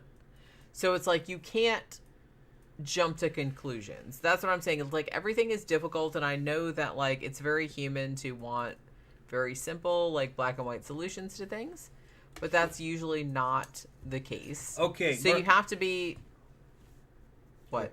Murder Hornets is here. Good. You have to be what? You have to be careful about. You have to be really circumspect about, like, especially when somebody's life is on the line. All like, right. you can't just like jump in and say like, "Hey, this person did this, that, and the other," and we're gonna like lynch them. Yeah. Right. You don't know if that's necessarily. All right, Hornet. On Disturbed Reality, there was a video there about the dude that made the damn snuff flick with the dog and all her puppies, where he's cutting the puppies open, and the mama dog's eating the fucking puppies, and he's fucking the little fucking puppies that are cut up. When that shit, when he played that shit, that's it, man. I was subscribed to that channel. I could watch all that fucking shit with them cutting them dudes apart, and that doesn't bother me. But there was something about that one right there. I was like, man, I don't want to hear about this thing. They're asking, like I said, when that? It's an animal, it's it's just kind of like they don't understand. It was like 12 of them. It was like they 12 don't of them. understand. They're saying, well, did that really happen? Fucking, I got part of the way through that video, and I had to shut that shit down. All right. Yeah, I'm not watching. I believe that did happen. What was the name of that video? I ain't going back to go look at it. Right. What was the name of that case with those dogs? And what country did they think that was? It was just a video that they found on some of these fucking weird sites. There's a bunch of weird shit evidently happening on Facebook in private groups that Facebook knows all about too. Well, about dudes paying little boys to kill animals in these private. Can I tell you though, right now, that you never know what's real and what's not, because, from me being somebody that's like real into the horror shit, there's a whole ARG subculture. I don't know if you know about that. Where people are trying to make stuff appear as real as possible and like not. So I'm always skeptical. I'm not saying that like I don't think that people could do that kind of shit, because I know that they can. I know people suck. Okay. But there's also kind of a thing where people are trying to make things seem real, but maybe is not real. So I don't really know. I'm always kind of like, to be honest, I'm a pessimist, so I'm always just kind of like, yeah, people probably do that shit. But I always like to think maybe people aren't really doing that, and they're just like pretending just to be edgelords, or because like it's an alternate reality game they're trying to introduce, and they're trying to be as edgy as possible, so they'll get like some mileage out of it, like some people will see it. I don't know. Those are the first two things that I jump to because I'm hopeful, but I also know that people are the worst. So, you know, my third thing is, so I was like, well, maybe somebody really did do that, because like I said, we all watched that documentary. It was on Netflix. It was called Don't Fuck with Cats. We did a review of it. And that dude, I don't even like to say it, he put little kittens in a bag and sucked out all the air and videotaped all of it. So, you know, happily I watched the documentary. The documentary didn't show it, like it blurred some things out. You know what I mean? It wasn't, I could watch it without getting too like fucking upset about it. What'd he say? But, well, nothing. I'm talking. Okay. But you know, it's just kind of like, it makes me happy that motherfucker that did that to those kittens, the internet found that motherfucker, because Jesus Christ, who the fuck would do that? Who would do that? Anybody that would do that to kittens, well, they're looking for would do that to a person. They're looking for that dude that did that to the dog and all those fucking puppies. That's what I'm saying. It's like, because that's not crazy. It's like, I know that people are like, oh, well, you don't give a shit about what happens to humans. You only give a shit about what happens to animals. But it's just like, depends on the anybody human. That would do. Yeah, that's another thing. Depends on the human. One, anybody that would do that shit to like kittens or puppies or anything like that, you got some problems, and you probably should be incarcerated, just on general principle. Yeah. Two, anybody that would do that shit to animals has probably done bad shit to humans also. You can't just let those motherfuckers walk around. And you can't just let people like that walk around, because like I said, it's like, if you're doing that shit to like a kitten, they're too dangerous. Or a puppy, that's like doing something to a baby. Yeah. Right? That's like, I kind of feel like that's kind of equivalent. So we really should not let people like that be walking around loose. Just saying. Because y'all got some problems. E4 Mafia said he tried to watch that documentary. I don't know which documentary you're talking about, but hurting animals. Were you talking about which documentary? Well, probably like Don't Fuck with Cats. Oh, yeah. Which was on Netflix. Yeah. Yeah, we reviewed that. Yeah. I had a really hard time watching that. One dude was taking fucking cats and putting them in Ziploc bags. That's what I was talking about. Yeah. And that watching them don't fuck with suffocate cats. and shit. Right. He's thinking he's the fucking gay supermodel, watching that shit. And then he ended up killing his Chinese boyfriend. And it's a bad side. Can I love that? I love that those videos that he uploaded for whatever reason. Yeah. Everybody, like, people on the internet were like, we're gonna fucking find this fucking dude. Yeah. They did. They found him. They were just like, they were kind of like, ooh, that building in the background is this, that, and the other. They found his motherfucker. They found him, but they didn't find him in time to fucking save that dude. I know, and that sucked. Yeah. But at least they fucking found him. Yeah. You know, just from the background, because Jesus Christ. It's just a fucking common. It's just a common thread. If they're doing that to animals, it's only a matter of time before they do it to people. That's what I'm saying. And it's like, and I kind of feel like that's why I don't think we should make the distinction between, oh my God, they're doing stuff to animals. Oh, it's so much worse than they're doing. It's along the same spectrum. Yeah, and it's not just killing them. They're doing fucking horrible. They're enjoying torture it. shit. They're sexualizing it in a way too. Right. And that's what I'm saying. That's why I don't think it's that weird. I don't think it's that weird to like say that it's a difference between like a puppy or a kitten or a person.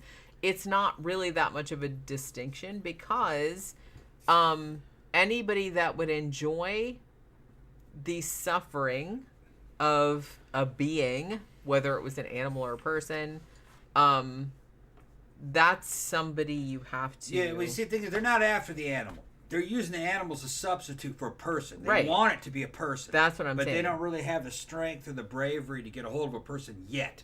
But after they get fucking a couple of animals under their belts, then they go for there's a person. a reason why most serial killers, they're just practicing. They say they did like fucked up shit to animals when they were kids. They're just practicing. They're practicing. Yeah. It's a buildup. Yeah. And so that's why anytime you see anybody, even if they're a kid, if they're a kid that's old enough to know better and they're doing fucked up shit to animals when they're 8, 9, 10 years old. Yeah. I'm not saying kill the kid. I'm not saying that. We're murder saying, hornets. Watch the kid. Watch that kid. Murder hornet comes in, then he disappears. Incarcerate that kid. Do something with that kid because that is not going to get better. Yeah. You really need to like look into that shit.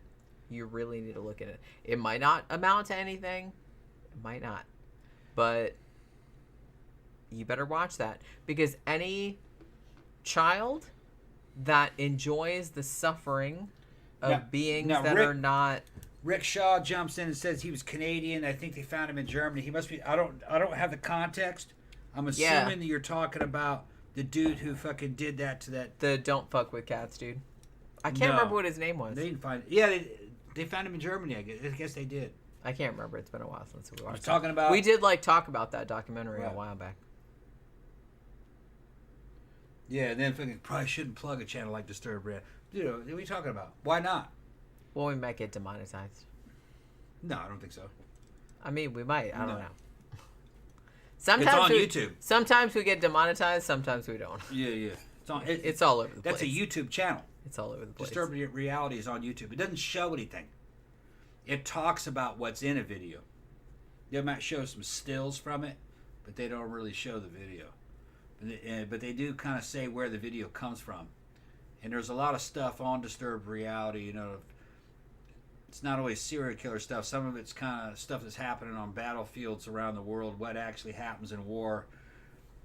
Sometimes like execution videos where guys are executing people from the other side of some kind of conflict that they're in. One of the worst videos I've ever seen was probably around in 1997 in the early internet phase. They had a site called Gore Gallery. I remember that. Remember that one? It was mostly stills. They had a fucking little video that they'd upload there, and I think it might have been somewhere up in Bosnia or Bosnia-Herzegovina. It looked Eastern European, where some guys in military uniforms, it looked Eastern European to me.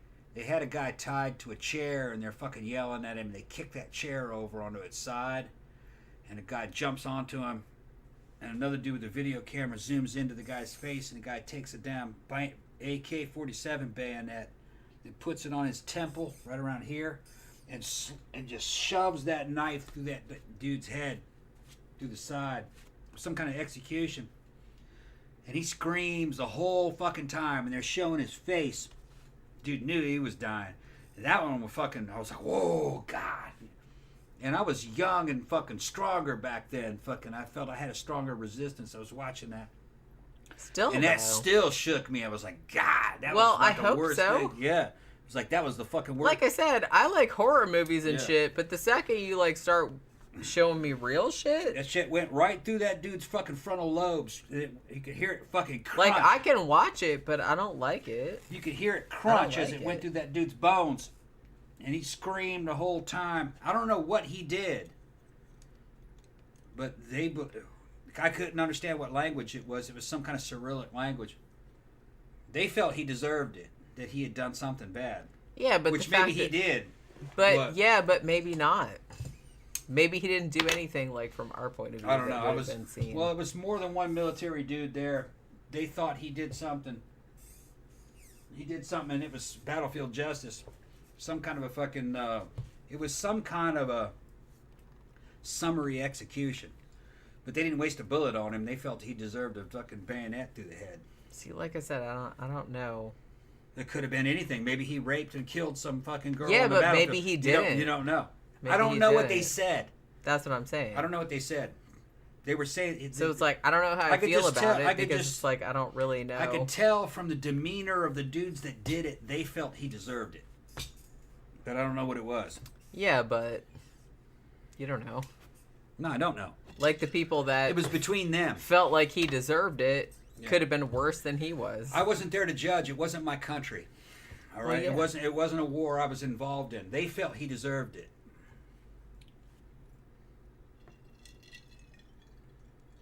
Wait, I saw something. Yeah, Luke Magnolia what was his last name? Maniola, yeah, something like that. Yeah, the cat dude. Yeah. The cat. Mango said, I think his name was Pussy Hater. He did not like cats. What a wanker. Yeah, I mean, that motherfucker. Like, look, I love cats, okay? So it's like the second you do something bad to cats... He thought he was the world's greatest... We're going to have a problem. He thought he was the world's greatest... Like, don't do bad shit to people either, obviously. But it's like... Especially don't do anything. He thought he was the world's greatest, prettiest fucking gay porn star. But he's got to go kill cats. And hang out with girls. That was some weird shit. That dude was fucking fucked up. Like, I don't understand why, like... His particular case, that documentary... I don't know. Like, I wasn't sure if I wanted to... It's a good documentary. You should watch it. Like, they show, like, bad shit, but they, you know, kind of blur everything out. So there wasn't anything in there that I couldn't watch. But I don't understand how you would get to a mental place where you would make little, fuzzy, adorable... little creatures. Why would you make them suffer for whatever your fucking ego problem was? Yeah. Like, maybe you should go to a therapist and deal with that shit. How long we been on? 3 hours. Okay, it's time for us to fucking shut it down. Hold on, I got some other like, things I gotta answer. Okay. But I'm just saying that it's like, I can't imagine a single situation where making a tiny little fuzzy cute animal suffer would make anything better. I can't imagine. Larry just jumps in. I'm just jumping in now at the end of the show. Fucking everybody's high. I guess I missed it. Kind of a deal. And I'm like, yeah, kind of. Larry says cats can't ever do wrong. They can't. Yeah. Like I said, I love cats. That's what I mean. I'm an animal lover. It's like we have a couple of cats, and it's just kind of like I can't imagine any situation where that would make anything better. It's time for me to shut this bitch down, Jenny. Fucking even fucking Oscar is saying shut this bitch down. We're gonna shut it down. Well, he said that a long time ago. Yeah, but I ain't worried about you, Oscar. But we've been on for 3 hours, so time for us to shut the show down. And Justice for Me said that's how the Iceman, Richard Kuklinski, got started killing animals We all know how he went on to do. Well, yeah, a lot of serial killers, not all of them, but a very large percentage, they start out torturing animals. Like I said, you take a helpless animal and make it suffer for your enjoyment, that's never a good sign. Never a good sign. I'm not saying that everybody that does that as a kid, like, turns out a serial killer, because they don't. But it's not a good sign. That kid at least needs therapy, because that's a problem. That's a big problem. Because I never felt like that. Tom never felt like that. Most normal people, 99% of normal people, do not get enjoyment out of the suffering of innocent animals or people when they are children. So if you have a situation like that, get that kid into therapy ASAP, because there are some problems. There are some problems there. All right. So we're going to knock it off for the evening. Hopefully you guys had a good time. We had a good time talking about whatever the fuck we talked about for the last 3 hours. I don't even remember. But, we'll be back on Sunday talking about a movie, which if you're not a patron, you should probably go over there and be a patron. And then you can vote on what movies we talk about on our live streams on Sunday and Tuesday. So I've got a poll up. I think it's going to go up tomorrow, where you can vote on the movie that we're going to be talking about on Sunday. So we'll be back on Sunday talking about a movie. You all right? No, I'm hungry. You want some pizza? Sure. I got pizza. It's got black olives on it, though. You're going to be mad. Don't put any fucking black olives on it. I put black olives on the whole fucking pizza. Why'd you do that? Because I wasn't thinking. I just put black olives on the pizza. She doesn't like black olives. Jenny does not like black olives. You can pull the black olives out like you did last time. I guess I'm going to have to do that. Or I'd make you something else. No. I can make you something. I got ramen. Want some ramen? That sounds better, actually. Okay, I'll make you some ramen. All right. So we'll be back on Sunday talking about a movie. We don't know which one yet, because we have to wait until to see what everybody votes for. Thank you for dropping by. Thank you for your super chats. We will see you guys on Sunday afternoon. Have a good weekend. Good night.